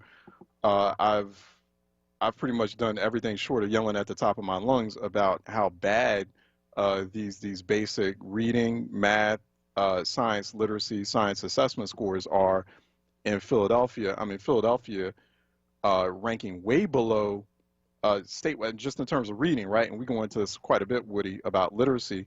And I'm not sure why, the superintendent and the school districts, and this is on the school board too, POC's on the school board as well as the superintendent. I mean, folks' feet should be be held to the fire. When you're looking at a reading assessment score like that, is nothing to tout. When you're looking at, I think it's there's 36%. And it bumped like about a percentage point from one year to the next. 36% proficiency for reading scores in the city of Philadelphia. It's 64% statewide throughout Pennsylvania. What the hell? Like, what the hell? And then you wondering why kids going around, why young people going around, shooting each other up? You got 36% reading performance. That's not even performance. What is that? In any other language, that would be like what? Like below an F. And so, and people think everybody's just sort of acting and operating as if it's business as usual. 36% reading proficiency among Philadelphia public school students. This is the most recent, after the most recent reading proficiency exams for the city, matched up against the Commonwealth. I mean, I wish it was better than, because 64% is a D. But I mean, my God, people aren't talking about this. People aren't making a stink about it. People haven't fired the Philadelphia school superintendent yet for something like that. And then to just pat yourself on the back because you went from 35% to 36%. Are you crazy? Are you kidding? That's just insanity. And so, and then you wonder, and then people are sitting there scratching their heads like, I don't know where the violence is coming from. I don't know. I don't know where those, I don't know why these kids are popping off like this in the streets. Can't read. Most of the kids in the city can't read. Can't read. Can't open up a book. Can't even read words in the book. Can't read a newspaper. Probably can barely read the social media that they're typing, on their smartphones each day. This is crazy. It's lunacy. It's lunacy, and for folks in this city to operate, and pox on the parents. Pox on the parents too. This is across the board, like just failure on the part of the school system, on the part of the school board, school superintendent, the school board, the educators, the administrators in these schools. Like, what the hell are y'all doing every day? I mean, I understand we're in the middle of a pandemic now, but this is pre-pandemic. This is before the pandemic. And now you're going into a hybrid environment. You're trying to get more kids to go back into school. It's like, what are they going to school for? They can't read. If most of the kids in the school district can't read, what are y'all doing? How are y'all earning money like that? Supposedly teaching kids can't, most of the kids in the city can't read. And the parents, what are y'all doing? What are y'all doing? You had your kids sitting up in the house, can't read. Reading is the most basic. I mean, I get it with math. I didn't like math that much either. And I mean, I didn't do all that hot in math. Math wasn't my thing. I made sure I could read and I could write. Those are those two basic things that you have to do. And know a little bit of science too. That's a good thing. But I mean, you got to have that because the reading and the writing, you have that down. Everything else, it opens the door for everything else. I'm sorry, Woody, did I cut you off? You still there? Is Woody still there? Okay. All right. Sorry. I'm sorry. It strikes a chord with me. And people are acting befuddled and dumbfounded about the violence. Well, that's why you got violence. Because you got people walking around, as Woody just said, ashamed. Ashamed that they can't read, they can't understand things. And this is a multi-generational thing. It's just like John Solomon from Endangered Kind yesterday when we had our emergency session on violence said yesterday. We keep talking about this current generation, these current, the so to speak kids who are the ones who are the perpetrators of the violence. He's like, but this is learned behavior. This is something that's been going on for generations. And what about the adults, the example that they set for us as the young people? Look at the example that y'all are setting. And it's like, especially if you are in a household, I mean, it already starts. If you are a parent and you're in a household and your child cannot read, you have just contributed to the gun violence epidemic in Philadelphia.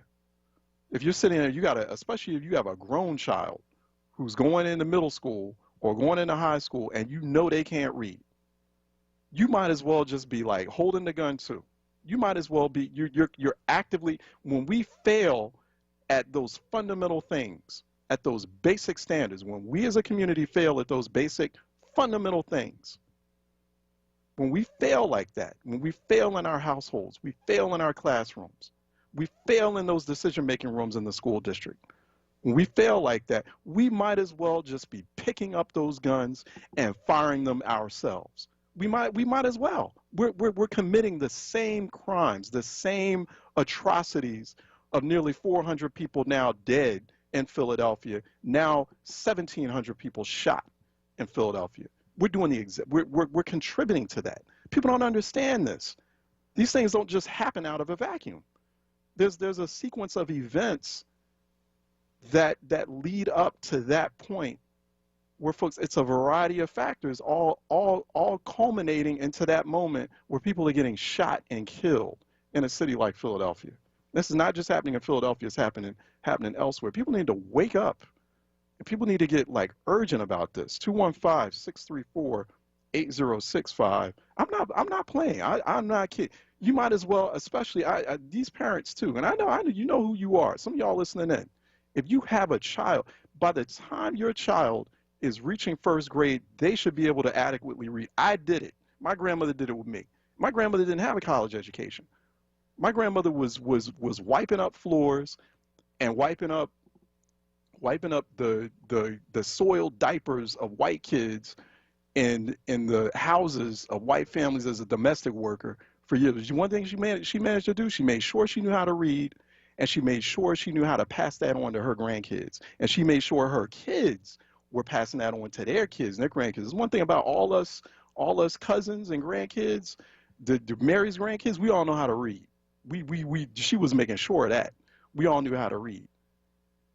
So it's not like it's not. Don't give me this thing like, oh, I'm too I'm too stressed out and I'm too poor to learn how to read. No, that's one thing you can do. And by the time your child is in first grade, they should be able to read at a good level, at a high level, enough where they can read a newspaper. I'm sorry.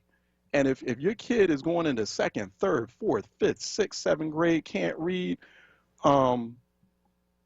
you're just as responsible. You as a parent are just as responsible for what ails Philly, for this gun violence epidemic that is literally tearing Philadelphia apart. You're just as responsible. I mean, really, get it together. Get it together and do something about that superintendent and that school board. 36%, unreal. 215-634-8065, toll free 866-361-0900. I'm sorry, Lane Jacob out of North Philly is calling in for a reality check. Lane. Yes. Good morning, and thank you for taking my call. All right. Myself, I'm a solution-based kind of person that instead of always highlighting the problem and this, that, and the other, you look for a solution, trying to find solutions to the problem.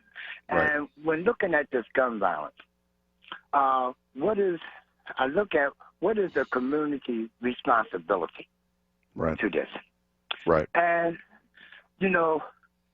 we could do some simple things. The community can do some simple things, such as, search your house. If you search your house and you feel that your son is doing something, you search your house, you're going to find that gun. Right. Okay? That's your house. Search it. There you go. Right. Okay. Right. Now check. Them kids is not hiding them guns in old houses and in the abandoned cars. Them guns cost a stack, $1,000. That gun is right next to them. You know what I mean? This is what some of the proactive things that parents can do. Search your house. Once your kids know that you're searching that house, they're not going to keep that gun there. No. Okay? That's one thing that they can do. The other thing they can do for the single moms who are young and date, when them guys come over to visit at night, you have them put a lock on that gun.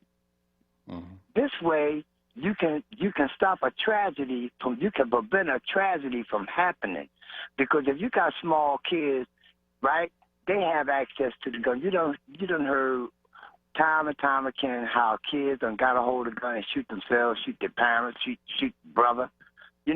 All they have to do is when that guy come over, you hand them a lock and say, hey, lock it up for the night. Okay? This stops the unnecessary killing and the suicides. These are the kind of things that we should be looking at. Instead of trying to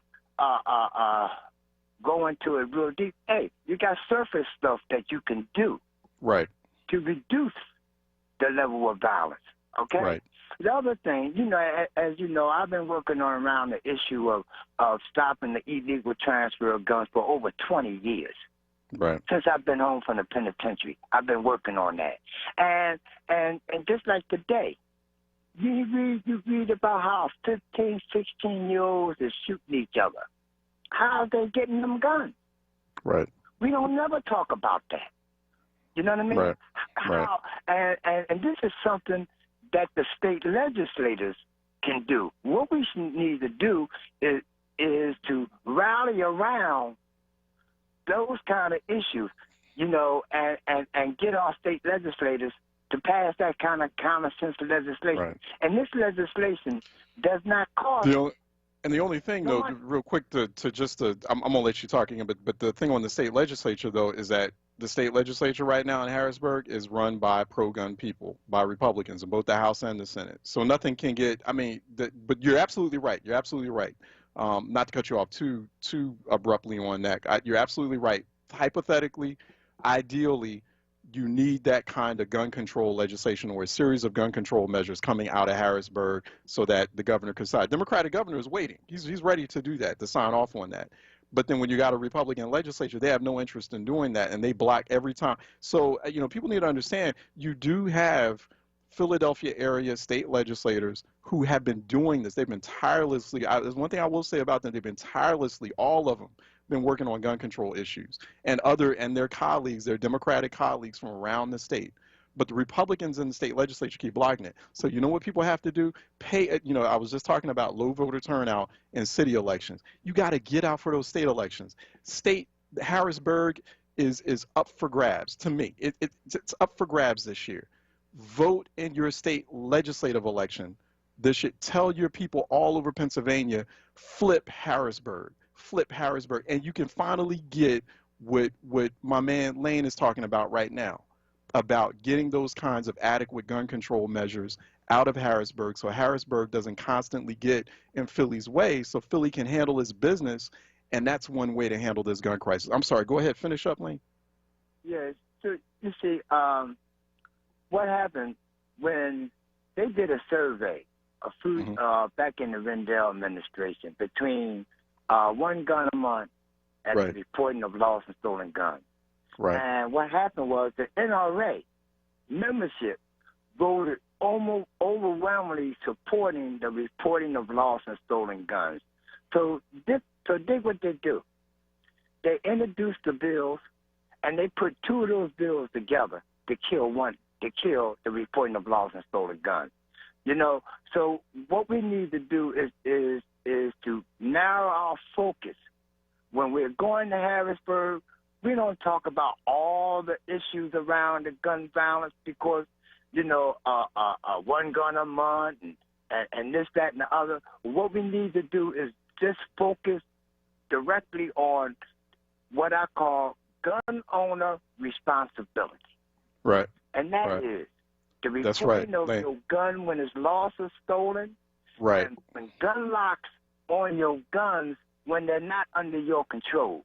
That's right. The other day, Lane, I have to let you go because I got a lot of callers here. But you're spot on with this gun owner responsibility, and if you're not a gun owner, household responsibility. So I appreciate you, Lane. Let me move on. I'm sorry, Lane, because we got a lot of folks who are calling in. Let me go to Mr. B. Black out of West Philly calling in for a reality check. Mr. B. Yes. Good morning, Charles. Hey, good morning, sir. Good morning. I was just listening to a gentleman or just before you, and you are talking about the education piece, right? Mm-hmm. You got a lot of kids that aren't educated. They can't. We got a sophisticated society now, especially with the internet and all the new technologies that's coming through to us, right? Right. And I'm a senior. I'm 67. I can't keep up. Yes, sir. But the kids that go on to the internet and have things that they're trying to dissect, and do not have enough education to do it. And like you said, reading his profile. I was talking to my son, and he educated himself. He got his diploma by going online for his last year. He didn't want to go to school, but he did it, and he graduated. All right, congratulations on that. Yeah, that's good. That's good to hear. And what he did, he's a very educated kid.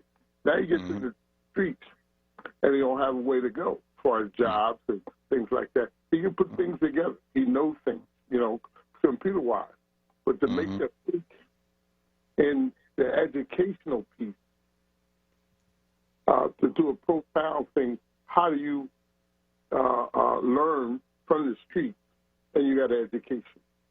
Right. These two things don't go together, right? That's right. We were talking, and I mentioned a word that he understood. And I'm asking you, do you understand? Hyperbole. Do you understand what that word means, Charles? Dude, what's that word again? What's that word that you use again? Hyperbole. Hyperbole, right. Yeah. Hyperbole. Okay. Mm-hmm. When I know what that means. Or hyperbolic, right? It's you exaggerate. Right. I was shocked when he was able to understand that. That's right. That's all right. Good. And he has 2 kids, right, and married and things like that. He's gotten through. He's still working, and he's working now, right? And we have a father and son that, Dad, these people, and when it comes to fighting peace or violent peace, you cannot win your battles fighting. Right. I iterated that type of thing, and said when he became a juvenile, when he was 14 years old. Remember the police that got shot up there at Broad and Champlain? A guy was coming out of Dunkin' Donuts after he robbed it, and he shot the police. And he was having disciplinary problems at school. I said, you see this guy that shot this police will be caught in 3 days. Right. You cannot do things like that. I don't care where the gun's from, but he took his mother's gun. His mother worked at the prison. He stole his mother's gun, shot the police. 3 days behind. So what I was telling him, and as he gave me that term, man, you're educated. You know things. Take the violent piece out of it. You cannot win your battles. I work with youth now, guys that 35 and 40 years old. He's still trying to fight the system. Want to fight a cop and stuff like that. Take your badge off, and we meet here. He shows up to the lot. The cop never gets here. He wonders why the cop ain't show. Because you're a fool. Right. The cop is a cop 24/7, whether he's on duty or off duty. He was just trying to bait you to see how foolish you are. Stop it. Right. Stop you can't think. You're not thinking. And what I'm saying, Charles, they can't make the link. They can't put this together. And just like you said, the piece on shame, they're ashamed because they can't put the link together. How do you be a productive citizen? Yeah. You know, in your own environment. And we're doing the same thing. We're afraid. At 6 o'clock, 7 o'clock, 8 o'clock, I thought I never would be going home. I'm off the street at 8 o'clock because it's dark and dangerous. Right. You know what I'm saying? That's the piece that we should be working on. Why that we can't approach the society day on and work with our children and the younger youth, right? Right. Women included, right? And get them to be productive citizens. We got to work. That's what I'm saying. We got to work harder at that. No, you're absolutely right. Let me, Mr. B, thank you so much, because it's wise words coming from you. And once again, congratulations to the young one. You're taking those right steps in the right direction. And it's back to Lane's point. It's a lot of this is simple stuff. This is simple stuff. You don't need like big city state budgets to do that. There's some things we need. There's some things we're missing collectively as a community in a place like Philly that we just not doing, and we're failing at. I mean, let's just be real about that. We're failing at. So okay, so what are some? You know, you had Lane, you had Mr. B, just threw out some. You know, these are tried and true solutions, things you can do right there in the household on the block. I mean, but imagine if those things, we had those stands. Doesn't matter how much money you have growing up. Doesn't matter like you know, how much money is in the bank account, or you know, or even, I mean, I understand people are living in some really distressed and strained situations, but like, you know, that education piece is important, and people need to rise up on that. People really need to light up on the school district, but you know, see, you know, but that's all by design, right? It's all by design. It's all deliberate, and we have to figure out a way to finally reverse that, you know, to finally change that, to overhaul that, because it's all by design. Like, let's stop letting it happen. Let's stop letting them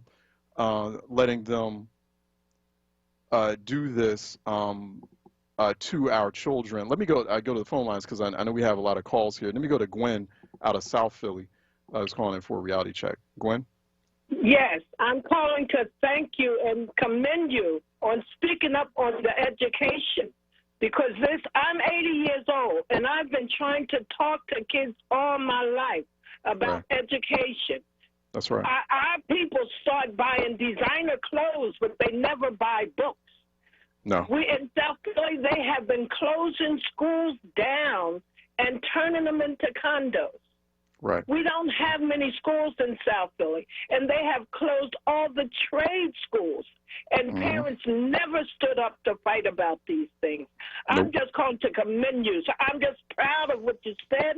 I hope you keep saying it. Maybe one or two might hear you and do something about it for their children. Because this has been a design to destroy our race from the very beginning. From the very beginning. And we don't seem to open our eyes. We're busy being jealous of each other instead of trying to help each other. That's right. I bless you for what you spoke on, and I hope you continue. Maybe somebody will hear you. Yes, Have ma'am. a great day. Yes, ma'am. You too. Take care. Thank you for that. Yeah, it's by design. It's a deliberate design destruction of black minds, and it's been happening from the very get. From when they hit those shores, or when our ancestors hit those shores in Virginia in 1619, from the very get. And so, then finally when all of that exposed, and you had abolition, you had the Civil War, and like, okay, we got to do Reconstruction. Okay, well, I guess we got to let them go to these schools and learn how to read. But then they came up with more sophisticated ways to keep folks from doing basic things like reading and getting educated. And it's still doing it to this day. It's deliberately designed that way. It is deliberately designed that way to keep our kids stupid, to keep them stupid and to have them killing themselves right now, just like they're doing right now on the streets of Philadelphia and at epidemic levels. I mean, do people really want it this way? Do you all want it this way? I mean, because I even look around, education is like a high priority, and it is designed to support that priority in other parts of the city, in the more affluent and whiter parts of the city. Even when you look at, I look at a map of some of the tutoring, the reading and math tutoring centers, which we need more of those to this is how it's an emergency situation, the education crisis in Philly. So you need something to supplement. I mean, you can't just have like these kids languishing in these non-performing Philadelphia public school classrooms. So you're going to have to do a little extra if you can. But all the tutoring centers, where they at, like the Kumans, the Sylvans, and all those, where you could put out a little bit of extra money a month, to get your kid caught up as far as reading, basic reading and math. Kuman works, by the way. But it's in the white parts of the city. It's in place Northeast Philly, way deep Northeast Philly. They got it. And like basically Center City. So it's deliberately designed. I mean, the whole concept of education, of academic excellence in Philadelphia, that has been that high standard of that type of excellence, that has been reserved by design for white kids in the city. And also, you have other communities, certain other segments of the city, they reserve it for themselves too. Not black kids in Philadelphia. And, frankly, we're falling for it. We're falling for it. We're not putting any pressure. I mean, if you're going to have a conversation about how to address and how to remove gun violence in the city of Philadelphia, in the same sentence, you have to have a conversation about education, about the performance of the city school system, the performance of those teachers, the performance of the administrators, the superintendent. No one in the Philadelphia school system should be getting awards right now. I don't want to hear about anybody getting any awards for anything until like I'm seeing like 70, 80% reading proficiency in the city of Philadelphia. I mean, that's where we are right now. And people, I mean, I'd be kind of embarrassed if I was an employee or a teacher in the Philadelphia public school system saying I work for the Philadelphia public school system when those kind of reading scores and math scores too, and the science, I mean, just across the board. So it's like that. Yes, it's like that. Let me go to Will Mega out of West Philly, who's calling in for a reality check. Will Mega. Good morning. How are you? Okay. Good morning. This gun crime piece, I'm just not. I'm not confident at all in our local elected officials' approach to it. Yeah. I think it's very surface in its overall approach. Yeah. It's not very data-driven. whatsoever. No. I see what Krasner has been doing. I think has been a bit extreme on the ultra liberal side, right? Yeah. And so, he has like this ARD program that, if you're a first time, illegal gun offender, right? Then, you can send you to this program, right? Right. And I like our legal system to be able to have options, and because it's not a one size fits all piece, right? Right. I agree with that. Yeah. But that's a good way of putting it. But I think what's happening is I sat in council once and I listened to Krasner and his team for about an hour and a half give a presentation on what was been going on with them addressing violent crimes and gun crimes in the city, right? Mm-hmm. One of the things he said that stuck out to me was very interesting.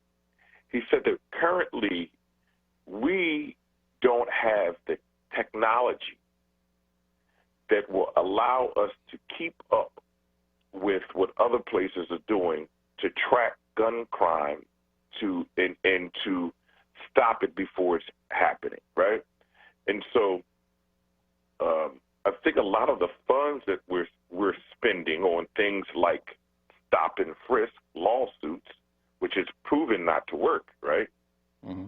If we begin to divert those funds into things like conflict resolution in schools, making it mandatory, right, throughout building young people's ability to learn how to deal with conflict. Because once they get out of school, no one's taking the darn conflict resolution class, right?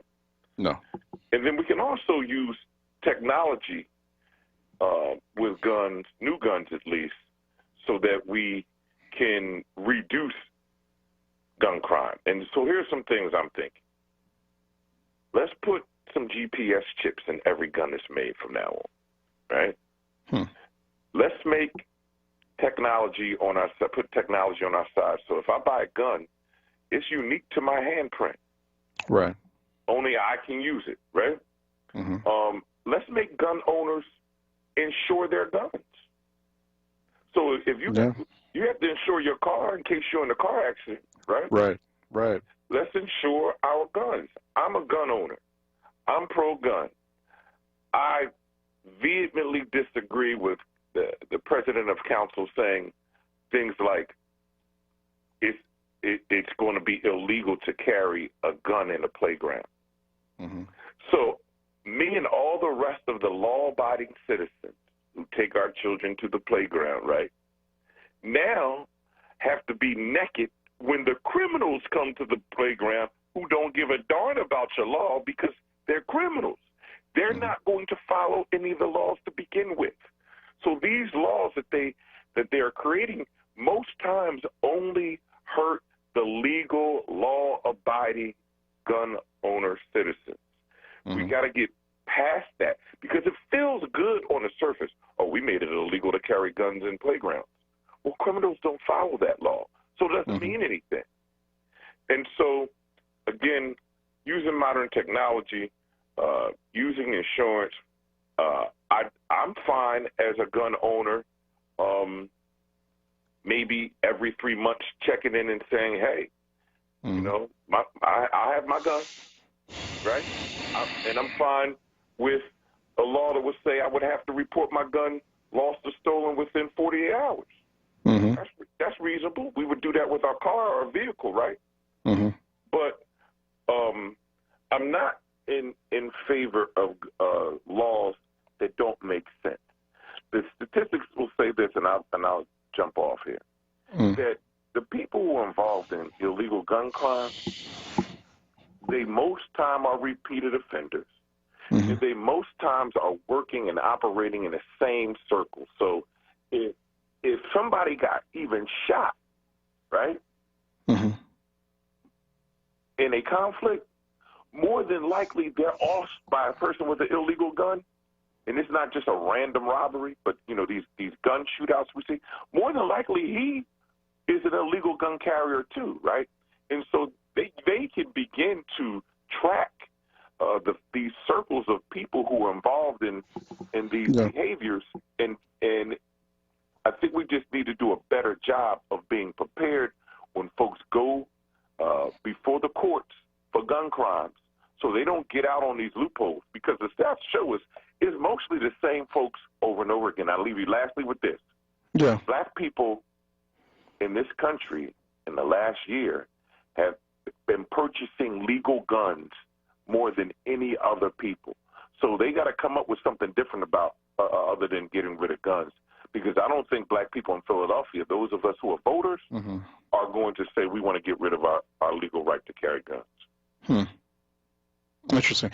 Yeah, I'm not, as a non-gun owner, I mean, it's not a whole lot that I can argue with you on that. I like some of the, you're being real thoughtful about that, Will, as far as like, well, okay, if you are a gun owner, here's what I'm willing to do. This is because I don't hear that from many gun owners saying like, hey, I want to put chips on my guns. I want to insure my guns. In fact, there was legislation that was proposed by Congressman G.K. Butterfield out of North Carolina, black congressman out of North Carolina, to put insurance on guns, on gun owners, and to put some of the onus back on the industry and manufacturers too. And predictably, it was blocked by the gun industry on that. So I mean, what you're saying here, I mean, is very thoughtful and it's very sensible. I'm not crazy about guns at all. But and I'm not crazy about whether it's legal or illegal proliferation of guns. I mean, it's just kind of getting back to, the type of culture and the type of society we are, kind of national. But I some of what you were saying, I like what I'm hearing as far as the sensibility. Well, the guns are here. I mean, two things which you're just being realistic about. One, the guns are here. So how do we better manage that situation? How do we better handle it? Even though there's some data that suggests that may not be the case. That, I mean, it's still. I've been seeing numbers. There's a higher number of black people this year that are buying legal guns. I'm not sure that they're the most active demographic as far as that's concerned. And the other thing too is I worry about when you have a gun in your household, particularly with kids. There's a higher rate of people dying inside those homes as a result of gun ownership because of gun accidents. But I like where you're headed with that approach. Let me, Will, thanks for calling. Thanks for sharing that. That's a conversation that we have to have. We have to unpack and have more of, because I think you can have that conversation in a sensible way, and you can present it sensibly, just the way that Will did. So it gives me some food for thought. Let me go to Elias out of North Philly, who's calling in for a reality check. Elias? Hey, good afternoon, sir. Hey, listen, good afternoon. I don't know if you received my emails, but I think I got your correct email at this point. I did. I haven't had a chance. I just saw some of those this morning. Yeah. Awesome, man. Just read up on it and stuff. Just give me your feedback. Thank you for that. The awareness we're trying to raise and stuff like that. And as far as school, public school, I come from public school. I think it's more the problem with public school, to be honest with you. Nobody talks about the young children that are honor roll students that got straight A's in public school. That's an example of, checking up on who is monitoring these individual kids. And for the most part, I believe there's a functional home. So it starts off with the parents in the home to know what time your kids are doing their homework at home, what time is for them to go to sleep. No one talks about pointing the fingers at parents. There's a lot of parents and adults that I see in my community. I never left my community, and I make a substantial good amount of money where I can move away. But I'm here for a lot of good reasons, and one is to advocate with this problem, with the crime that's going on in our community, as you know already. But you know what? We got to bring up a lot and say, where are the parents? What are you guys doing in these homes? We got to create a big conversation about that, even announce it in commercials and these other radio stations that usually promote all this negative music, and so on and so forth. So that's all I got to say. Yeah. I got plenty more to say, but we're limited. But you know how I feel, man. No, I know how you feel. You're right. I mean, and I think it's a both and. Like once again, that responsibility is on the policymakers, on the city leaders, city, state, federal, folks, they gotta do their part. They gotta do what they're supposed to do, what they were elected to do, what they get paid to do. But yeah, that responsibility is back in that household. Like, folks, if like, what those blind sides are there, and parents, it's not so blind because you see things unfolding. You see things unfolding from an early age. Don't get me started on this. Particularly, I mean, even before the kids get old enough to even realize that they can go some of these kids out here, before they realize they can go to the next step and get a gun. It starts with bullying in schools. Like, stop talking this crap about kids will be kids. No, shut that down. Shut that down. Like, black kids should not be violent to other black kids. And it starts early. And a lot of parents out there and a lot of us adults, we think it's cute. We think it's cute. It's like, no, of course you want to teach your kid, and I was taught that too. You want to teach children to defend themselves and defend themselves adequately. I mean, I got a 15-year-old who she got a second-degree black belt in Taekwondo. She could really, if she wants to unleash on me, she whip my butt.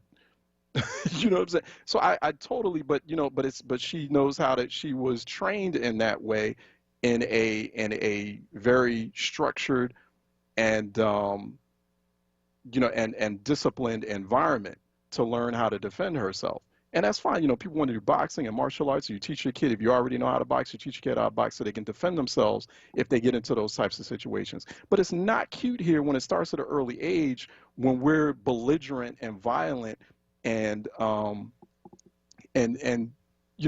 spewing all this animus at one another. We think, as black people, sometimes we think that's cute. It's not. It's not. It's not cute. It's the beginning stages of something a lot more destructive. And then you want it, once again, that combined with folks not being able to read. Folks, you got a school system that's an abysmal failure.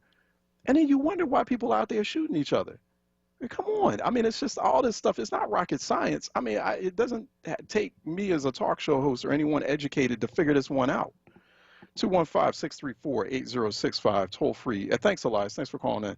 And thanks for those emails, too. 215-634-8065, toll free 866-361-0900. Let me go to Kimberly out of Wilmington, Delaware, calling in for a reality check. Good morning, Kimberly. Hi, good morning. Good morning. It is so much that I would like to touch bases on, but everything you guys are discussing, I really can empathize on. I just don't know how to go about what can I do. Like, how do we get in contact with the school district and say, hey, it has to be someone who realizes these children aren't learning. These children are reading at such a low level, it's ridiculous. If anybody in the community that's trying to start any kind of organization, please give out the information so I can be a part of it. I just recently moved to Wilmington, and I'm born and raised in Philly. I left to go to college. My children were born down South Carolina. So I was every Saturday in the goddamn library bringing out books every Saturday, teaching my children. I was their first teacher. I couldn't find a job right after college, so I was a substitute teacher, and it just amazed me how some of the children down there were not reading. I was in a rural area as a substitute, how they weren't reading on a level. And it just kind of brings back to me coming back up here with my children and just realizing, like, where are the parents? We can't keep saying the teachers. We are our first children's teacher. Right. And if you don't know how to read, put that pride to the side. Ask your neighbor, can you help me? Can you help my child? I'm tired. Things are not going, it's not getting better for us. I would like to be an optimistic soul. It's not getting better. It's getting worse. But coming back to my daughter, she never told me, but I took them out and put them in private school. But she said, Mom, I was getting bullied because I like to read. Right. What kind of nonsense is that? And when she got to the private school, even though the white people didn't accept us as well, and she would tell me about, white people there, but she felt good because everybody was reading. Right. So you tell me, why would a child feel like she doesn't want to read because other kids are bullying her? Thanks for pointing that out too, Kimberly. And it's made to seem as something like weird. In some of our communities, and people got to shut that down. If you see that happening, and there's a lot of teachers and educators, they're guilty of letting this stuff slide too, because you see this stuff happening And you're like, well, you know, it's just kids being kids. No, that's not the way kids are supposed to be acting. Like, no, that's not it. Like, shut it down. Shut it down. Stop it. Children, and the violence part, when you talk about playing, fighting, I grew up, everybody wanted to slap box. So you still see it in the street where these kids are slap boxing. They rather say, oh, I can beat your behind, but yeah, you might be smarter, but I can beat your. It's pride in I can fight. And that's another thing right there. That balance right there continues to go on and go on. No, I don't know that this state is in America, but I can beat your behind. That, to me, it just doesn't make sense. I hear everybody calling up, but I just need to find out if there's anybody who's trying to start an organization, trying to do anything. I will take the time to come back to Philly and support our children in trying to learn how to read, how to better themselves, because it's really sickening to my heart. So if anybody's out there listening, please pass on the information for me to help out, however we can all start and organize a committee, anything. Because UW Public Schools has failed too many of our children, and nobody's leaving the city to get a better understanding that there is other things. Not saying leaving like moving, but just to get another point of, oh, it looks different out here. This is how other people act. You know what I'm saying? Everybody stays in the community and nobody's leaving. That's right. So therefore you can't broaden your horizon if you stuck in one situation. All about exactly. It's all about exposure. You know, especially when kids are reading, like you mentioned, the library. That's a key spot. You know, like that's one thing. Also, folks can do support your local library. Support your local library. Fundraise for it. Do whatever you keep it open, and reading opens up new like ways of saying things. That's when it all starts. That's how you start to expose. Okay, we don't have a whole lot of money. Growing up, I didn't have a whole lot of money to go anywhere. But I was reading. It opened up doors. My grandmother ain't had a whole lot of money to go places, especially growing up in the segregated South. She was restricted as to where she could go. But you know, reading, and she started off reading comic books back in the Depression, and it opened up her mind. And so I'm just saying, like Philly has got to do better with respect to that. I'm going to talk a little bit about that, Kimberly. I got to let you go for a break, but I am going to talk about just throwing out some ideas here as far as that education piece, especially. Phone lines are still open. Hold on one second. We got a couple of callers. I'm going to take you over into the next hour. We got Yusuf out of Oak Lane, Pat out of West Philly, Gene out of Winfield. Hold up for just one moment. We're going to take a quick break. Phone lines are open at 215-634-8065, toll free 866-361-0900. Kimberly, thanks for calling. I appreciate you, especially calling us from across the bridge out there in Wilmington. We appreciate you. Still in Philly in spirit.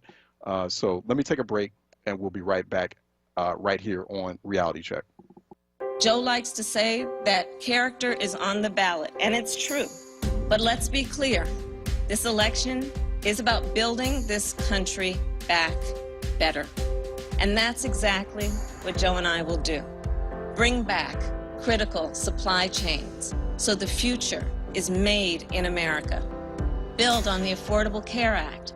And finally, offer caregivers the dignity, the respect, and the pay they deserve. We'll protect a woman's right to make her own decisions about her own body. Root out systemic racism in our justice system, and pass a new Voting Rights Act that will ensure every voice is heard and every voice is counted. We have a chance to choose a better future for our country. I'm Joe Biden, candidate for president, and I approve this message. Paid for by Biden for president. Join the NABOB, the National Association of Black-Owned Broadcasters, the U.S. Black Chambers, and the Power of Urban Radio for the 2020 Buy Black Conference. This 3-day virtual experience is October 14th through 16th and will feature interactive sessions with expert panelists, speakers, and industry leaders within advertising, programming, digital technology, financing, business development, and more. The NABOB has been the national voice of Black-owned media for over 40 years. They are the first and only organization representing the interests of African American owners of radio and television stations, as well as digital media across America. Visit BYBLACKconference.com. That's BYBLACKconference.com. Register using promo code NABOB and qualify for the chance to win free virtual admission. The 2020 Buy Black Conference is presented by the U.S. Army, AARP, Toyota, and Dentsu Aegis. 2020 is the year of voter options. We have many different ways to exercise one of the most important activities in our lifetime. Some of us might be voting by mail, but the rest of us can still vote safely while masked up and social distancing in person at your local polling locations. If you're in Philadelphia, learn more about where your polling location might be at either votespa.com or philadelphiavotes.com. For more information on how to vote in Pennsylvania, visit states.aarp.org/Pennsylvania. Vote early. If you're thinking of voting by mail this election, remember that it's safe, it's secure, and it counts. But there are a few things to keep in mind. While the application deadline is October 27th, you should apply now and send your ballot back as early as possible, before November 3rd. When it comes to sending it back, you can drop it in the mail, use a designated drop box, or return it to a satellite election office. To find one or for more information, visit philadelphiavotes.com. This is WURD Radio, 96.1 FM and 900 AM WURD Philadelphia. Black Talk Media. Reality Check with Charles Ellison right now on WURD Radio and WURDradio.com. All right, welcome back. 215-634-8065, 866-361-0900. Go to Yusuf out of Oak Lane, who's been holding patiently for a reality check. Yusuf? Yes. All right, Yusuf. Good morning. Good afternoon. Yes. There's two things I'm going to speak on: the gun violence and the environment that you always talk about. Now, as far as the gun violence, now I've been all over the state except for maybe like the western part. I've been all over the northern, the central part of the state, and they have what's called the boondocks. And out in the boondocks, like Mountain Union, Pennsylvania, right. There's black people live out there. And they are legal gun owners. And there's a lot of hunting. They have their own guns. They have their own, hunting seasons. And the only thing that doesn't go out there is black-on-black gun violence. Why? Because where they live at, it's not as congested as big cities. That plays a lot in this gun violence. You got millions of people, hundreds of thousands of people stacked on top of each other. And as soon as they stress out, and as soon as somebody gets on their nerves, they go to the first thing and the easiest thing available, a gun. Now, I grew up in the city, but I was educated. I finished high school, I went to trade school, and I realized when I took up psychology why people do the things that they do so I could avoid it. To this day, people get on my nerves. I don't go get no gun and point it at them and say, you don't leave me alone, I'm going to do this, do that to you. Because I know some of them just don't know no better. If I can walk away, I walk away. Some people don't think like that. They think somebody disrespects them, they're supposed to get revenge. I've been disrespected so many times. If I counted it, it would fill up an encyclopedia set. But I'm still alive, and they're still alive because I walk away. It's called being a man. And some people don't know how to be a man. They don't know how to grow up and just walk away from nonsense. Now, as far as the environment is concerned, just last night, I'm on the corner of Ogon and McBerry Avenue. There was a cardboard box on the side of the street, and I picked it up, and there was some other boxes on Ogon Avenue where people had set out for the recycle people. I picked it up to put it in the recycle stuff. This lady hollers out of her window, "Hey, don't put that in the trash can, because that trash can is for people waiting on the bus." I says, "Lady, I'm putting this in the recycle with the recycle stuff so it can be recycled. I'm not just putting it anywhere." People have a problem. They see you picking something up or put something in the trash can. "Oh, don't put that in my trash can." People, lady, what is the trash can here for? If you don't pick it up or you throw it down, they complain. "Oh, you dirtying up the street." But if you do pick it up and put it in the trash can, "Oh, you putting stuff in my trash can." There's some confused mass of people out here, and they need to be taught not to be so aggressive in their mindset. Somebody's trying to help you, and they want to curse you out and all that. But like I say, I walk away because I'm an educated person. I know some people just don't know no better. And I appreciate you speaking up for the environment because I'll do my best to protect the environment. I get cursed out for it. I get yelled at, but I still keep doing it because I know they just don't know no better. Thank you, man. No, I appreciate you. And you know, it's about more than just like being a man or being a woman, with respect to violence. You kind of hinted at it just now, Yusuf. It's really this simple. It's critical thinking skills. It's just it's just critical thinking skill. That's what you get when you know how to read. When you're literate. When you're literate, you then start amassing critical thinking skills. You connect streams of logic. You make better decisions because you've been exposed to how decisions are made. The process. You know, from even in great novels or pieces of literature, there's a decision making process. There's critical thinking skills that are involved in creating pieces of literature or even newspaper articles. That's what you over time you naturally learn critical thinking skills. If you're not reading, you're not going to have any critical thinking skills. So of course, you're just going to go with whatever kind of impulse is dominating you at that moment. If there's a violent impulse dominating you at that moment, and you either don't know how to read, or you can barely read, or you're not really all that educated. When I say educated, I don't mean like having a college degree or anything like that, but you're not getting the kind of academic support that you need in a classroom. Yeah, you're going to go with your impulse. I mean, the data speaks very clearly to this. Up to 80% of individuals who are incarcerated are functionally illiterate.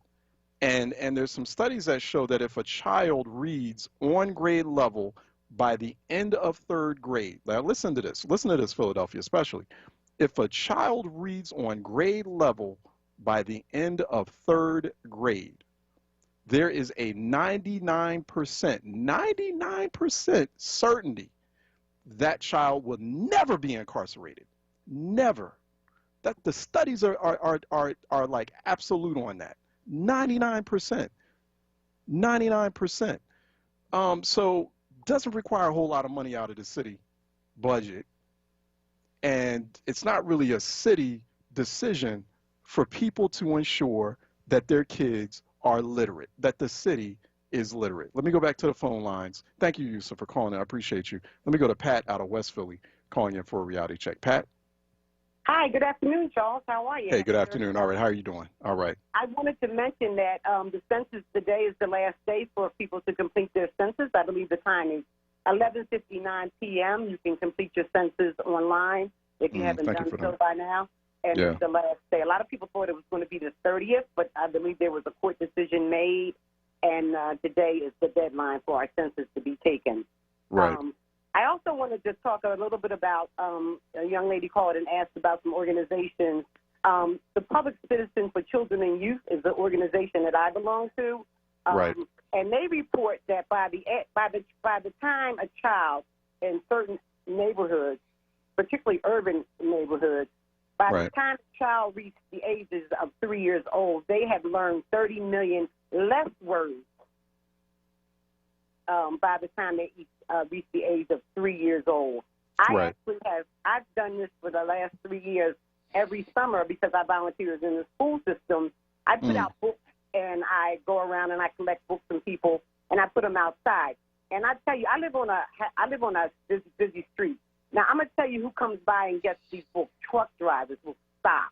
White truck drivers will stop and get books from me. You know, people that don't even live in my neighborhood will not pick up books. I've sat outside and read to children myself. So, and I had a dad stop by recently who asked me to pick out some books for his daughter. He could not read, you know. And so this is generations. This is going back 2 and 3 generations of not being able to read. I congratulated him for stopping to even, you know, to say that to me, you know, a woman to say, you know, I'm not good at reading, and that was his words, you know, let me know that he still wanted his children to read. So, you know, you have to kind of let your guard down a little bit, show a little bit of pride, and, you know, your children will understand, you know, sit together and learn to read with them. Right. You know, there was a young lady who was asking about organizations. Well, this is one, Public Citizens for Children and Youth. There's also AARP. What is it called again? Citizens for Children and Youth? Yeah, Public Citizens for Children and Youth. Okay. And there's also AARP. They have a part of their organization is called Experience Corps. You don't have to be a senior to join. There's also Read by Force. There's another organization that's here in the city of Philadelphia. Read by Force? Read by fourth grade? By fourth grade, yeah, fourth. Okay. FOURTH, yeah. Okay. So those are 3 organizations that she can look into. They've always are looking for help, volunteers, and we would love to have her. And thank you for taking my call, Charles, and have a great weekend. All right, you do the same, Pat. And thanks for that work. You've been doing some wonderful work, and I appreciate you checking in with us about the census. It's really sad what's going on with the census and the Supreme Court ruling not to dismiss that or ruling. I'm sorry, ruling. I just saw this the other day, and we didn't get a chance, an opportunity to talk about ruling to cut the census, allowing the Trump administration to cut the census short, which is really and now that's truncated the timeline because there was a federal court decision to make sure that the deadline was October 31st, but there's been so much confusion around that. So thanks for calling, and I appreciate you on that. Let me go to Gene out of Winfield, who's calling in for a reality check. Gene. Hey, Charles, how you doing? Hey, what's happening? Can you hear me? I can hear you loud and clear. That's good. Yeah, that's good. Yeah, it's a good show you got on. I listen to you all the time. Thank you. And I learned a lot from you, and I do admire your command of the English language with your eloquence. But listen, it's like this here, you understand? Like, if the average age of everybody, like these young guys shooting each other and killing each other, stuff like that, because the average age is between 20 years old and maybe a little less than 30, not quite 30 years old, maybe 25 years old. Right. Now, Charles, we're not stupid. We're not stupid. We can't depend on the city. Can't depend on white folks. We just have to realize that if you really care about your children getting injured or killed, what does that tell you? It says, well, okay, the average age of an individual shooting each other, killing each other over peace or whatever they want to call it, is between 18 and basically they're young.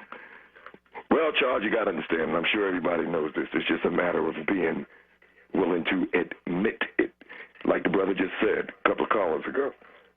He said, if I understand, or if I heard him correctly, you have to make sure your children come in at night, make sure they are not, and just basically be involved.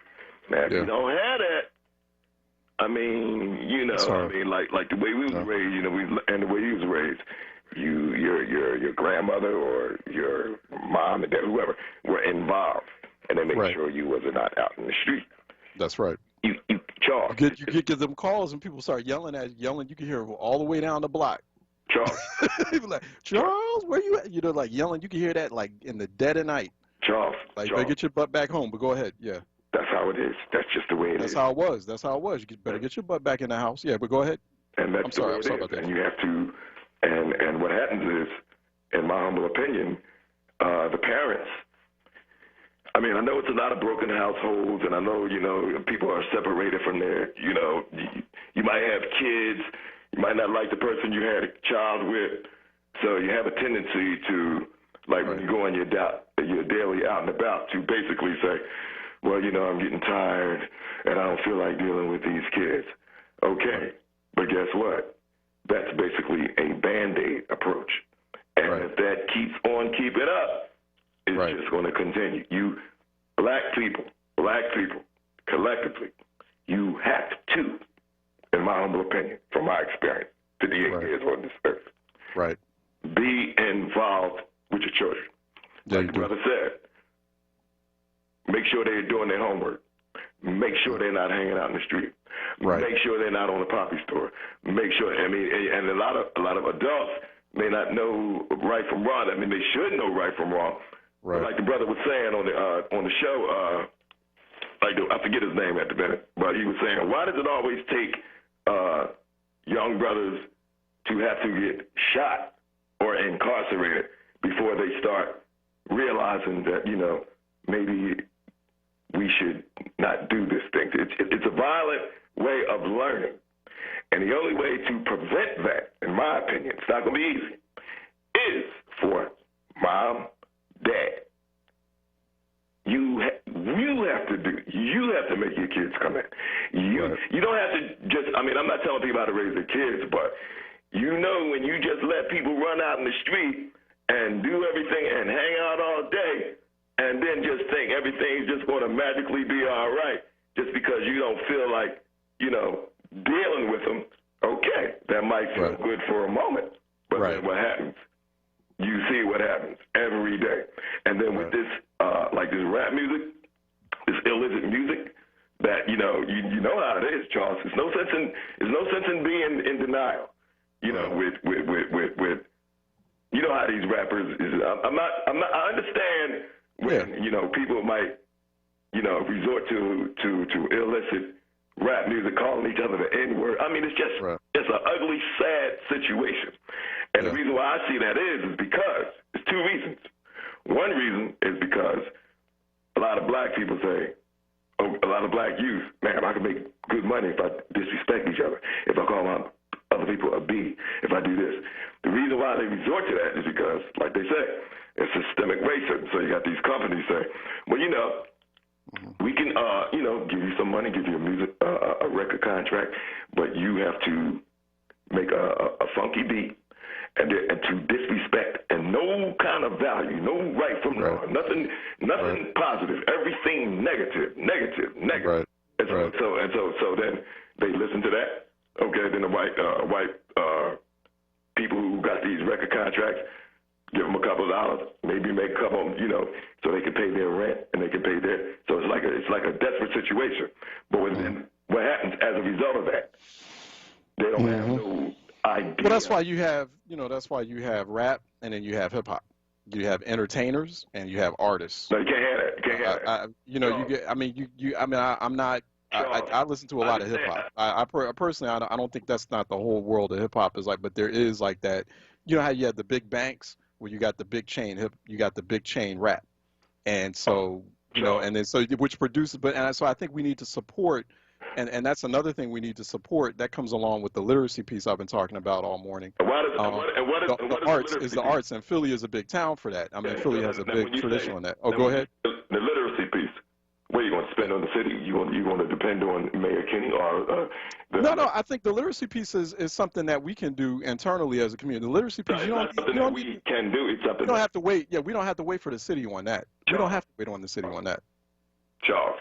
You're not a dumb person. And you know that you don't have your kids out there like that. You don't have your kids not like that. Why? Right. My guess would be the reason why your kids aren't out there shooting and gang banging. That's right. My guess would be that you find some way you're daily and about to take some time out and teach your kids, and you make sure. And if your kids are hard headed, that's right. I totally agree with that. Totally agree with that. Yeah, totally agree with that approach. No, absolutely. No, I'm not. I agree. I think the things you're suggesting and some other folks have suggested, and I'm suggesting, you don't have to wait on the city for this. You don't have to wait on city, state leaders, or elected officials or politicians to lead the way on that. This is stuff you could be just like my man is saying right now. My man Gene is saying right now. You can do that on your own. So no, I totally agree with you, Gene. Let me let you go, Gene, because I got to take some calls here. Let me go, because and real quick before I go on to the next caller, these institutions out here, like the school district, these systems, they're systems, and they can tell when you don't care about your child. The systems can tell when you really don't care, when you don't give a hoot about your kid. All right, down to the teachers in the classroom, they can tell the kids who have parents that really care about them. So if you don't care about your child, then school systems, for example, are going to come to the conclusion or they're going to basically ask themselves the question, why do I have to care about this child? So I'm just going to do the absolute minimum. I know we got this new kind of creative virtual environment. School systems wanting to go hybrid, and announced the other day. They put in the bare minimum. They're not really interested in seeing that those systems are not interested. I'm not even going to say really, just not interested in seeing your black child academically excel. You have to be the one to put in that work. You have to show, and I learned this, I especially, kudos to my wife as we were raising our kids, she was like, we gotta be in them schools. I mean, I had already learned that, but she was just like a bull on this. Like, if there's issues, or if there's things, or just even if there's not any problems, just to check in with the school and kind of show that school, we would show them schools we care. We were there. You have to show, and that's it doesn't take like a particular type of, it doesn't matter whether you're low income or middle class. You have a kid, you have it, so you had to, and I'm sorry, if you got you're in struggling, modest circumstances, well, you know what, you got a kid, you're gonna have to work hard, you're gonna have to work twice as hard then. I'm sorry, were you in that situation? You now have another human being you have responsibility to, and also as a household, you have responsibility to the larger community, the block, and the street, and the community around you. So you're just gonna have to, you're gonna have to like just soldier up and really do the best that you can to raise that kid, to show those systems, to show that, this is going back to the point Kimberly from Wilmington made, you have to show, as black people, as black parents, as black families, as black households, you have to show those systems in a collective and concerted way that you care about your kids. Because if you're not showing that you care about your kids, the systems are like, well, why we got to care? The policymakers are like, why we got to care about them? Parents don't even care about the kids. You have to do that. That is absolutely, it's not even crucial. It is mandatory if you want this stuff to go right. So there are things that we could be doing that we're just not doing. Let me go back to the phone lines. Olanian out of Nicetown is calling in for a reality check. Olanian, can you hear me? Can you hear me? All right, I can hear you. Can you hear me? All right. Yes, sir. Good Hello? afternoon. Hello. All right, go ahead. Hello? Yes, sir. Go ahead. Oh, yes. I'd like to speak on what some of the things that we have to do to keep students and young folks from killing each other is to make them worldly. Right. When you have people who are worldly, they're not going to do dumb or so-called dumb things. Right. If they know what crime is, what is genocide, what is colonialism, what is abortion, if they have their opinions, written opinions, about how to be beneficent, what is propaganda and the whole system, then you'll see that people will be more conscious of their acts. They won't lose their temper so fast, and they'll definitely stop being foolish. Right. Foolish children turn into foolish adults. That's right. And one thing about gun shootings, that happens from foolish people. Okay, that's all I want to say. No, I appreciate you. Yeah, thank you, brother. All right. Thank you, sir. Thank you so much. Yeah, thank you for that. Let me go back to the phone lines. 215-634-8065, toll free, 866-361-0900. Let me go to Reverend Barclay out of North Philly, calling in. Reverend Barclay, I think, calling out of North Philly, if I got that correct. I'm just kind of maybe reading this wrong, but how are you doing, sir? You got it right. It's good to hear from you. All right. I live in South Philly, but I worship in North Philly. So we want to hit both. That's right. I'm just calling in with one black preacher's opinion. First, let me say I applaud you on and WURD on the environmental summit on Monday. I did follow up, respond to your email. I saw that. I got to respond back at you. I want to get going on that. Okay, and I also want to applaud you and the black clergy for the emergency summit on gun violence, in which most of the conversation seems to be about today. From what I heard on your program and from the people that call in, a whole lot of good ideas. Right. I wholeheartedly, support a lot of them. But you touched on this, and I think our callers touched on this. This is a generational issue. When I was a kid, there was gang wars, and periodically, even with all that, if we implement all the things that have been talked about, it's going to keep popping up, and primarily because it goes back to that old miseducation of the so-called Negro and miseducation of the world, and it's sort of systemic. And so there's some things that we're going to have to do, that's reluctant to do. And one of the places it's got to start, I'll just get right to the most controversial. One of the places it's got to have to start is in our religious institutions. Okay, the two major religious institutions. Now, I won't talk a whole lot about Islam because I'm a Christian, but I will say, we worship other people. Okay, the only thing I'll say about Islam is it's almost like you have to become an Arab, and I'm not saying it right, to be a full-fledged Muslim. Now, let's go to Christianity, which is where I think the real impact, because the majority of our people are Christians. One of the things that happens, we've been taught to hate ourselves, just like everybody else hates us. I often say in my sermons, they hate us and we hate us. Okay? And one of the reasons is that when we close our eyes to pray, we see white people. This is not a hate thing. Okay? But when we close our eyes to pray, we don't see us. And so in 2020, it's time for black preachers to take Michelangelo's son-in-law off the walls of churches. We have to, because it gets into our spirit. And so with all the other stuff that folks are throwing on us, and then when we pray, we don't see ourselves. We don't.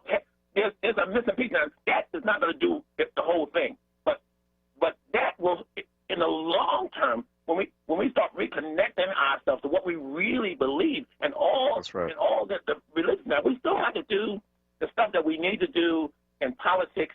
The parents still got to do what they need to do. The schools still have to do what they need to do. Right. The politicians, the business, and the community. Now, there's one last thing with the parents. Yeah, because you're right about that. Because I've been to Jesus' tomb in Israel. I mean, I had the good fortune, the privilege of being able to take a trip out there and see that from my own eyes. Jesus was not a white man. I mean, that's that. If you go to his tomb, you see that it stunned me because I was a teenager or just about to come out of high school at that time, and I had to like double take on that. That's right above his tomb.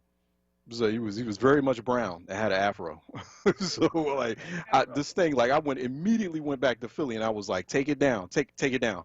I immediately, every church I go up into now, if I see that, I'm like, take that photo, take that white Jesus down.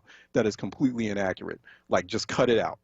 Cut it out. As soon as I was about 19 years old at the time. I immediately went back to Philadelphia and I was like, y'all gonna have to like just take it down, find another photo, find the real photo. But I'm sorry, go ahead, Reverend Buckley. I mean to cut you off. Yeah, because that's a conversation that we're gonna have to, and I personally have one of my personal missions. But this to punctuate the importance of the parents. One of the things I always say is, we don't. My two sons, I always told them, and I told their teachers. Yeah. I'm not sending my son to you for you to teach him. Yeah. Okay. You are my partner. You are my wife and our partners. Okay. Yeah. Well, you don't have to teach him values or any of that stuff. What we want you to do is to help give him the tools so when he gets to the point where he really knows who he is, he can really educate himself. And so one of the things we did too is we put a map of the world over top of his bed. So every day when he woke up, it wasn't just South Philly or North Philly. It was the world in front of him. One of his major complaints was, why all the time when a parent meeting happens, I have to have two parents? And I would say to him, if that's your only problem, you ain't got no problem, my brother. And this whole thing about being accountable in the community. This is the last thing I'll say. When my older son, all of his friends, I kind of took them under my wing, okay, and had a junior block club. And I would talk to him, okay, and I would find myself, really preach. I wasn't a preacher then, but like really preaching to him. And I would apologize. I was like, listen, I'm sorry, I didn't mean to burn your ear. They would say, no. Mm-hmm. They want somebody to talk to them, but they want somebody to talk to them that they believe cares about them. And so, and when you do that, they will show you special respect. Because these people was from a time when they didn't really give respect to everybody, but they always called me Mister. I'm not bragging about it, but even my boys, they wouldn't call me Mister. They called me by their first name. But with me, because they want somebody to be in their corner. I always have a whole lot to say, so I'll leave it there. And no, but you always got something good to say, though, Reverend. No, I appreciate you. All right, let me let you go. Thanks for calling in. We got to take a quick break, and when we come back, Eugene out of Maryland, Nabila out of Mount Airy, and Gary out of Southwest will take your calls after this quick break here on Reality Check. The time is now to put an end to the chronic incompetence of Donald Trump and his League of Liars. Donald Trump makes a mockery of the institution of the presidency. He's polarized our country, and his dangerous policies must not continue. Joe Biden has the character, empathy, and experience to lead us through these challenging times. He helped lead the nation out of the 2008 financial crisis into the longest period of economic growth in our history, and he can do it again.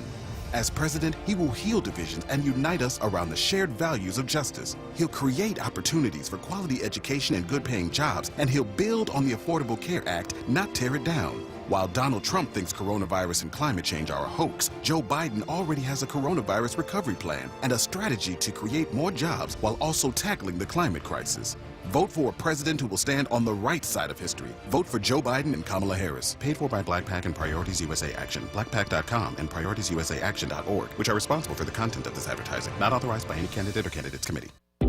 Hey, WURD family. Our friends at Amoroso's Baking Company are hiring right now. Amoroso's has been baking the delicious bread in our community for over 100 years, and they want you to join their team today. The old and the young love Amoroso's, and they are hiring right now. Check it out. They offer fair pay and provide health, dental, and prescription plans after 90 days employment. Call 856-754-0355 or visit amorososbaking.com for details. Joe Biden insulted millions of black Americans. If you have a problem figuring out whether you're for me or Trump, and you ain't black. Worse, Biden wrote the mass incarceration laws that destroyed a generation of black families. Listen to Biden's racist rhetoric. We have no choice but to take them out of society. Away from my mother, your husband, our families. Lock the SOBs up. Biden's policies were so harmful that Senator Cory Booker called him an architect of mass incarceration. Millions of black lives devastated by Biden's policies. Take a look at my record, man. We did, and we've had enough. Joe Biden spent years hurting the black community. He insulted us, jailed us. We must not elect him president. I'm Donald Trump, candidate for president, and I approve this message. Paid for by Donald J. Trump for President, Inc. Reality Check with Charles Ellison right now on WURD Radio and WURDradio.com. All right, welcome back to Reality Check. Phone lines are open at 215-634-8065, toll free 866-361-0900. Yeah, just go to the school district's website, philasd.org, right? It's the district performance scorecard. You'll find it. You're going to have to Google it because it's, you got to click around in the school district website, to look at the district scorecard, the performance metrics on key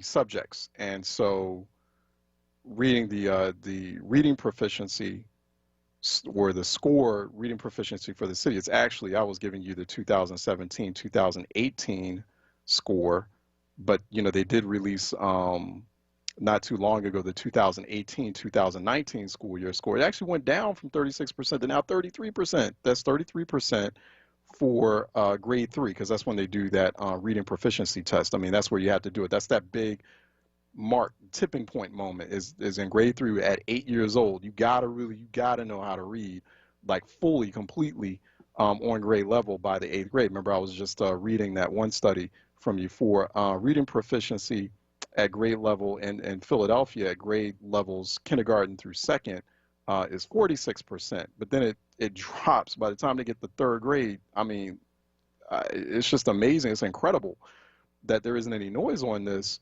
Can you imagine, like, the reading proficiency, the competency of Philadelphia school officials teaching children how to read actually drops by the time they get to 3rd grade? It dropped from 46% kindergarten, which is already low, it's already bad to begin with, kindergarten through 2nd. But the Philadelphia, it's like staying in the Philadelphia school system makes you dumber. Staying in the Philadelphia school system makes the kids worse. I mean, imagine that. Look at this. the 2018-2019 school year score of reading proficiency for Philadelphia school students, kindergarten through second, was 46%, and then it dropped by the time they get but then you look at the third graders, it goes down to 33% for the third graders on the assessment, on the statewide assessment test in terms of reading proficiency. Unbelievable. Unbelievable. Like that's something to march about right there. Like, I mean, like, mask up and go bang on the school district's doors. Like, what are y'all doing? Look at, I'm looking at it. I got it right here in front of me. The school district scorecard, which to me, they kind of make you click around for it and they kind of hide a little bit at philasd.org. Like, get rid of that superintendent already. Like, you need to get somebody in, and I mean, you need like a whole emergency overhaul of that school system. It's in really bad shape. When you have this few Philadelphia public school students who can read on basic level, so you know, right? You can only imagine how worse it gets as they head into middle school and they head into high school as well. And then you wonder, and then people scratching their heads, sitting up here scratching their heads. I mean, honestly, here's my challenge to everyone listening to this program. Now I'll go to the phone lines. Here's my challenge. Let's do these little micro challenges. Let's try to do it each week. See, if I were a Philadelphia parent, or I was a Philadelphia school system parent, I'd be blowing up that phone line right now at the Philadelphia City Council. I'd be calling 215-686-3406 by 5 p.m. next Wednesday to be on that public comment list. Everyone who is either a concerned Philadelphia resident, a concerned person in the Philadelphia diaspora, or a concerned parent of a Philadelphia public school child should be blowing up 215-686-3406 by 5 p.m. next Wednesday and getting on that public comment list. I want to be able to hear Philadelphia public school parents express their outrage. I want to hear them going apoplectic at the city council about why we have such an underperforming school district that is failing our children and that is directly contributing to the gun violence epidemic in the city of Philadelphia, because that is a root cause. So I'm trying, it shouldn't be where I'm listening to City Council Live and the City Council session is cut short because only one person provided public comment, even though that was a very important issue, domestic violence in the city, and that's something else we need to talk about. That's my challenge. That's my micro challenge for this week. I should be hearing 20, 30 people, 2 minutes each, talking about how the hell do you let a superintendent and a school system walk around with 33% reading proficiency for Philadelphia public school children? Like, how do you let that happen, City Council? Because the City Council has to oversee the Philadelphia School District's budget. And then you need to go to that action plan meeting for the Philadelphia School Board that's coming up on October 22nd at 5 p.m. to 8 p.m. But let's take some steps here. We'll take baby steps. 215-6, that's how you get on public comment for City Council. 215-686-3406 by 5 p.m. every Wednesday to get on that list for public comment. And y'all need to light it up on school performance, on education, on the education, the deliberate, designed miseducation of black people and of black children in Philadelphia. I want to hear those folks. That's what I want to hear next week. I better not just hear one person doing public comment during City Council, because it's virtual now. You don't have to go down there. You don't have to take a whole half a day to get yourself to City Council. Take advantage of it. That's your City Council. That's our City Council. Take advantage of it. Let me go back to the phone lines. Nabila out of Mount Airy, who's calling in. She's been waiting patiently for a reality check. Nabila?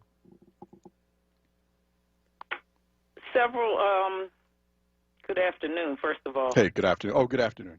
Several questions. You mentioned a study where the third grade reading level guaranteed that 99% of those children would not go to prison. Will never be. What is that study, or what's the resource for that? Hello? Oh, can you hear me? No.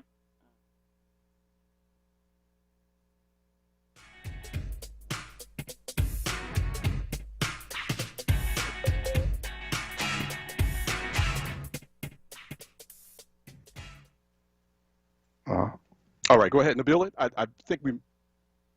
Did you get cut off? We missed that part. Can you...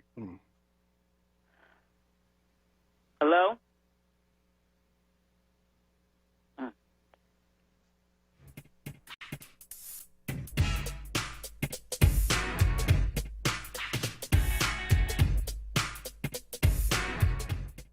All right. Do you hear me? Do you hear me, Nabila? I'm sorry, we had a little technical issue there.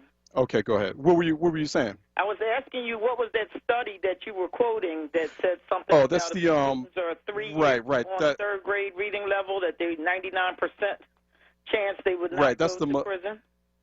Right. That's the Melissa Institute for Violence Prevention and Treatment. Melissa Institute for Violence. Okay. And that's melissainstitute.org. melissainstitute.org. Okay. The anti-violence program that you were a part of yesterday, is that available on video or YouTube or anything like that? Can anybody see It is, that? yeah. Go to WURD's Facebook page. Facebook, well, a couple of places you can go is facebook.com/4WURD. And then, because we did the all-day reality check, was just all on violence. And then the Black Clergy of Philly, facebook.com/Black Clergy Philly. And you should be able to capture both those panels, because then after I left this program, then I went to the panels at 1 o'clock and then 2 o'clock. So you'll see that on facebook.com/Black Clergy Philly. Okay. And Reverend Barclay, I was really surprised that he took the time to say he wasn't going to speak about Islam because he's a Christian. However, he went on to give his opinion, saying that you have to be an Arab to be a Muslim or to be an adherent to Islam. I just want to let him know I didn't appreciate it, because that's unnecessary. Why talk about somebody else's religion? You just said you don't know anything about it. But then you go and say, you got to be an Arab. What does he have to be a Christian? That's my return question. Okay, if you're not going to be an Arab, what are you going to be? An imitation white man? I mean, come on. So anyway, I wanted to ask you. Yeah, I'm trying to recall what he was saying when he was talking about that. But no, you definitely don't want to. You don't want to have people disparaging other religions. Now, I'm wondering if he meant it that way. But yeah, but he said you basically have to become an Arab to be in Islam.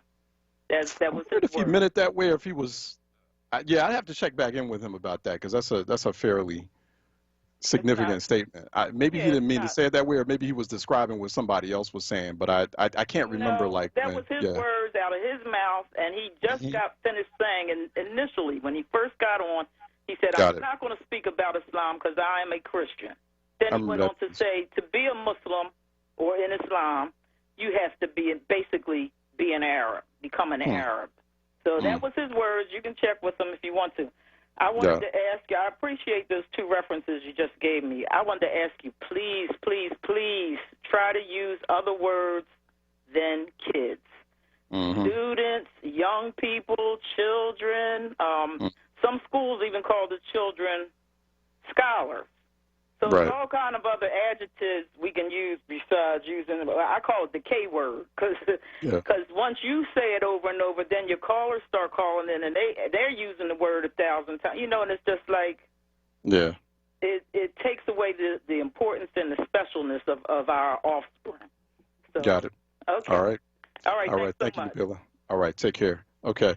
Let me go to Gary out of Southwest, who's calling in for a reality check. Gary? Hey, Charles, how are you, man? What's happening? All right. Hey, thanks for taking my call. I was listening to the conversation where the Reverend was on there. We blame the parents sometimes, a lot of times, not being engaged with their children or being involved in their education. And quite frankly, we're up against so many different odds, Charles. We have single mothers who are working maybe 2 jobs or whatever. They can't always be there on the scene all the time. So, children are sometimes left to themselves, you know, to do their schoolwork or to read on their own. Growing up as a young man, I can remember growing up, my mother worked very hard. She worked in housekeeping, worked for, you know, cleaning rooms in the hospitals. And we got the speech. All of my friends growing up in that era, we got the speech. It was our job to take care of our business. And our parents wanted us to, you know, to do well. And whenever they could chime in or come in and help us, they would. But we all motivated and pushed one another. But what I'm saying now, you know, we have a district now. You know, I worked many years as an auditor at our auditor school district. I sat in those classrooms, and it made my heart hurt. You know, my wife, when we decided to have children, the first thing that came to our mind, because we were able to, she said they cannot go to the public school. And not to put it down, but only because of what I've seen and what I saw going on in those schools, you know, we were able to. No, I really want to say, you know, put it down. Like, no, we need to be real, and we need to be frank and honest about the state of Philadelphia public school system. It is, and it's still. And I went to the Philadelphia public school system. I'm not a product of it because I escaped it. Right. I literally escaped that joint, like you know that film Escape from L.A., Escape from New York. That I mean, it was literally an escape, and I want to thank there was a few great Philadelphia public school teachers who were like they were quietly, when they recognized kids with promise, they were like, or excuse me, children, excuse me, Nabila, they recognized scholars or students with promise. They would support that. I would not have been able to go to that private school had it not been for the efforts of a few Philadelphia public schools teachers who were like, you can't stay in here. Yeah, they knew what was up. Hey, Charles, and I just wanted to add this, you know, I graduated from Dobbins many moons ago. You know, it's a trade school. I was an electronics major, but however, I went on to college. I still have my high school report card. I had all A's and 2 B's. I started off as an electrical engineering major, and then I finished at Villanova, then I went to Drexel, and I got an accounting degree. But my point is, my group of friends, we motivated one another. We played sports, football, basketball, but you know what we would do? We would compare our report cards. We were in competition with sports and with the academic part. But what I'm saying now, our people, Charles, we're under the gun so much, man, you know, that you can't just blame the victim all the time. These young people, unfortunately, some of their parents, they're not where they need to be, so they're not getting the help that they need. But then again, when I look at our school system and our politicians, my sons ended up going to Masterman, both of them. They got in there on their own merit. People would say to me, Gary, you must know somebody in politics. I said, no, we worked hard, and they got in there, both of them. And things were going to school. They knew me. I would be up at that school talking to Marjorie Neff, who was the principal at that time, and they tried to railroad me. It's another issue at Masterman. They tried to railroad my sons with some issues. Guess what, Charles? I had them all sitting down apologizing to me. I said, in the future, if you ever have a problem with my son or you perceive it's a problem, you have my home number, my cell number, and my work number, and I'm right down the street at the school board administration building on an audit. You can call me at any time. But, you know, we have a lot of good parents out there that are really doing the right thing, Charles, but we've been neglected and let down by the people that we pay their salaries. School board superintendent comes from Prince George's County. You're making $350 or whatever it is a year, and our school system is in this kind of condition. How do you leave Prince George's County, first of all, and come to Philly? And then our situation is still the same. And a lot of these teachers, females, they don't look like our people. It's a salary for them. They're making a good living. They don't care about our children. So like you said, we need to be down there, those city council hearings, thick out the door. Right. Exact. You know, complaint. Or since it's going to be virtual now, but or clogging up the phone lines for public comment. Yeah. But Charles, I just want to end on this note. How do they go to bed and sleep at night? I just do a poll. Those city council people who have children, see what schools they go to and what resources they get. Okay. Right. Thanks, Charles. And thank you for that, Gary. And I'm not knocking folks for it. I mean, if you have an opportunity to put your child in a better school, do it. Take it. Take advantage of it. Take them out of Philadelphia public school system. Hey, have at it to put them in a much better system. Let me go to and also thank you, Raphael, because Raphael Suleiman is correct here. Just talking, and I think that this is probably what Reverend Bankole meant earlier. Raphael Suleiman is saying Islam was designed for the Arab people initially at the beginning, Read about the history of Islam, he's saying. He's talking to Nabila. Islam was imposed on Africa through the Ottoman Empire. Christianity was imposed on the continent too. The only real religions of Africa are the traditional animist belief systems, which we refer to as voodoo or vodun. Yoruba comes to mind as one of those original black religions. Coptic Christianity, obviously original African religion. And 20% of the country's overall, of the United States overall Muslim population, I mean, the black presence in Islam today is significant. In fact, it's like the largest demographic now, right? I mean, it is the largest religion in Africa and the African continent. And it's, I mean, black people are about a fifth of the, of all U.S. Muslims, and they're about half of all converts to Islam. But, just I appreciate Raphael. I mean, it's just, I think that's what Reverend Bonka laid. I don't think he meant to disparage Islam on any level, Nabila, but I think he was just, that is historical fact. Destruction of Black Civilization by Chancellor Williams was that first book I read that got into that. Let me go to George out of Center City, who's calling in for a reality check. He'll get the last word. Charles, I'll try to make it quick.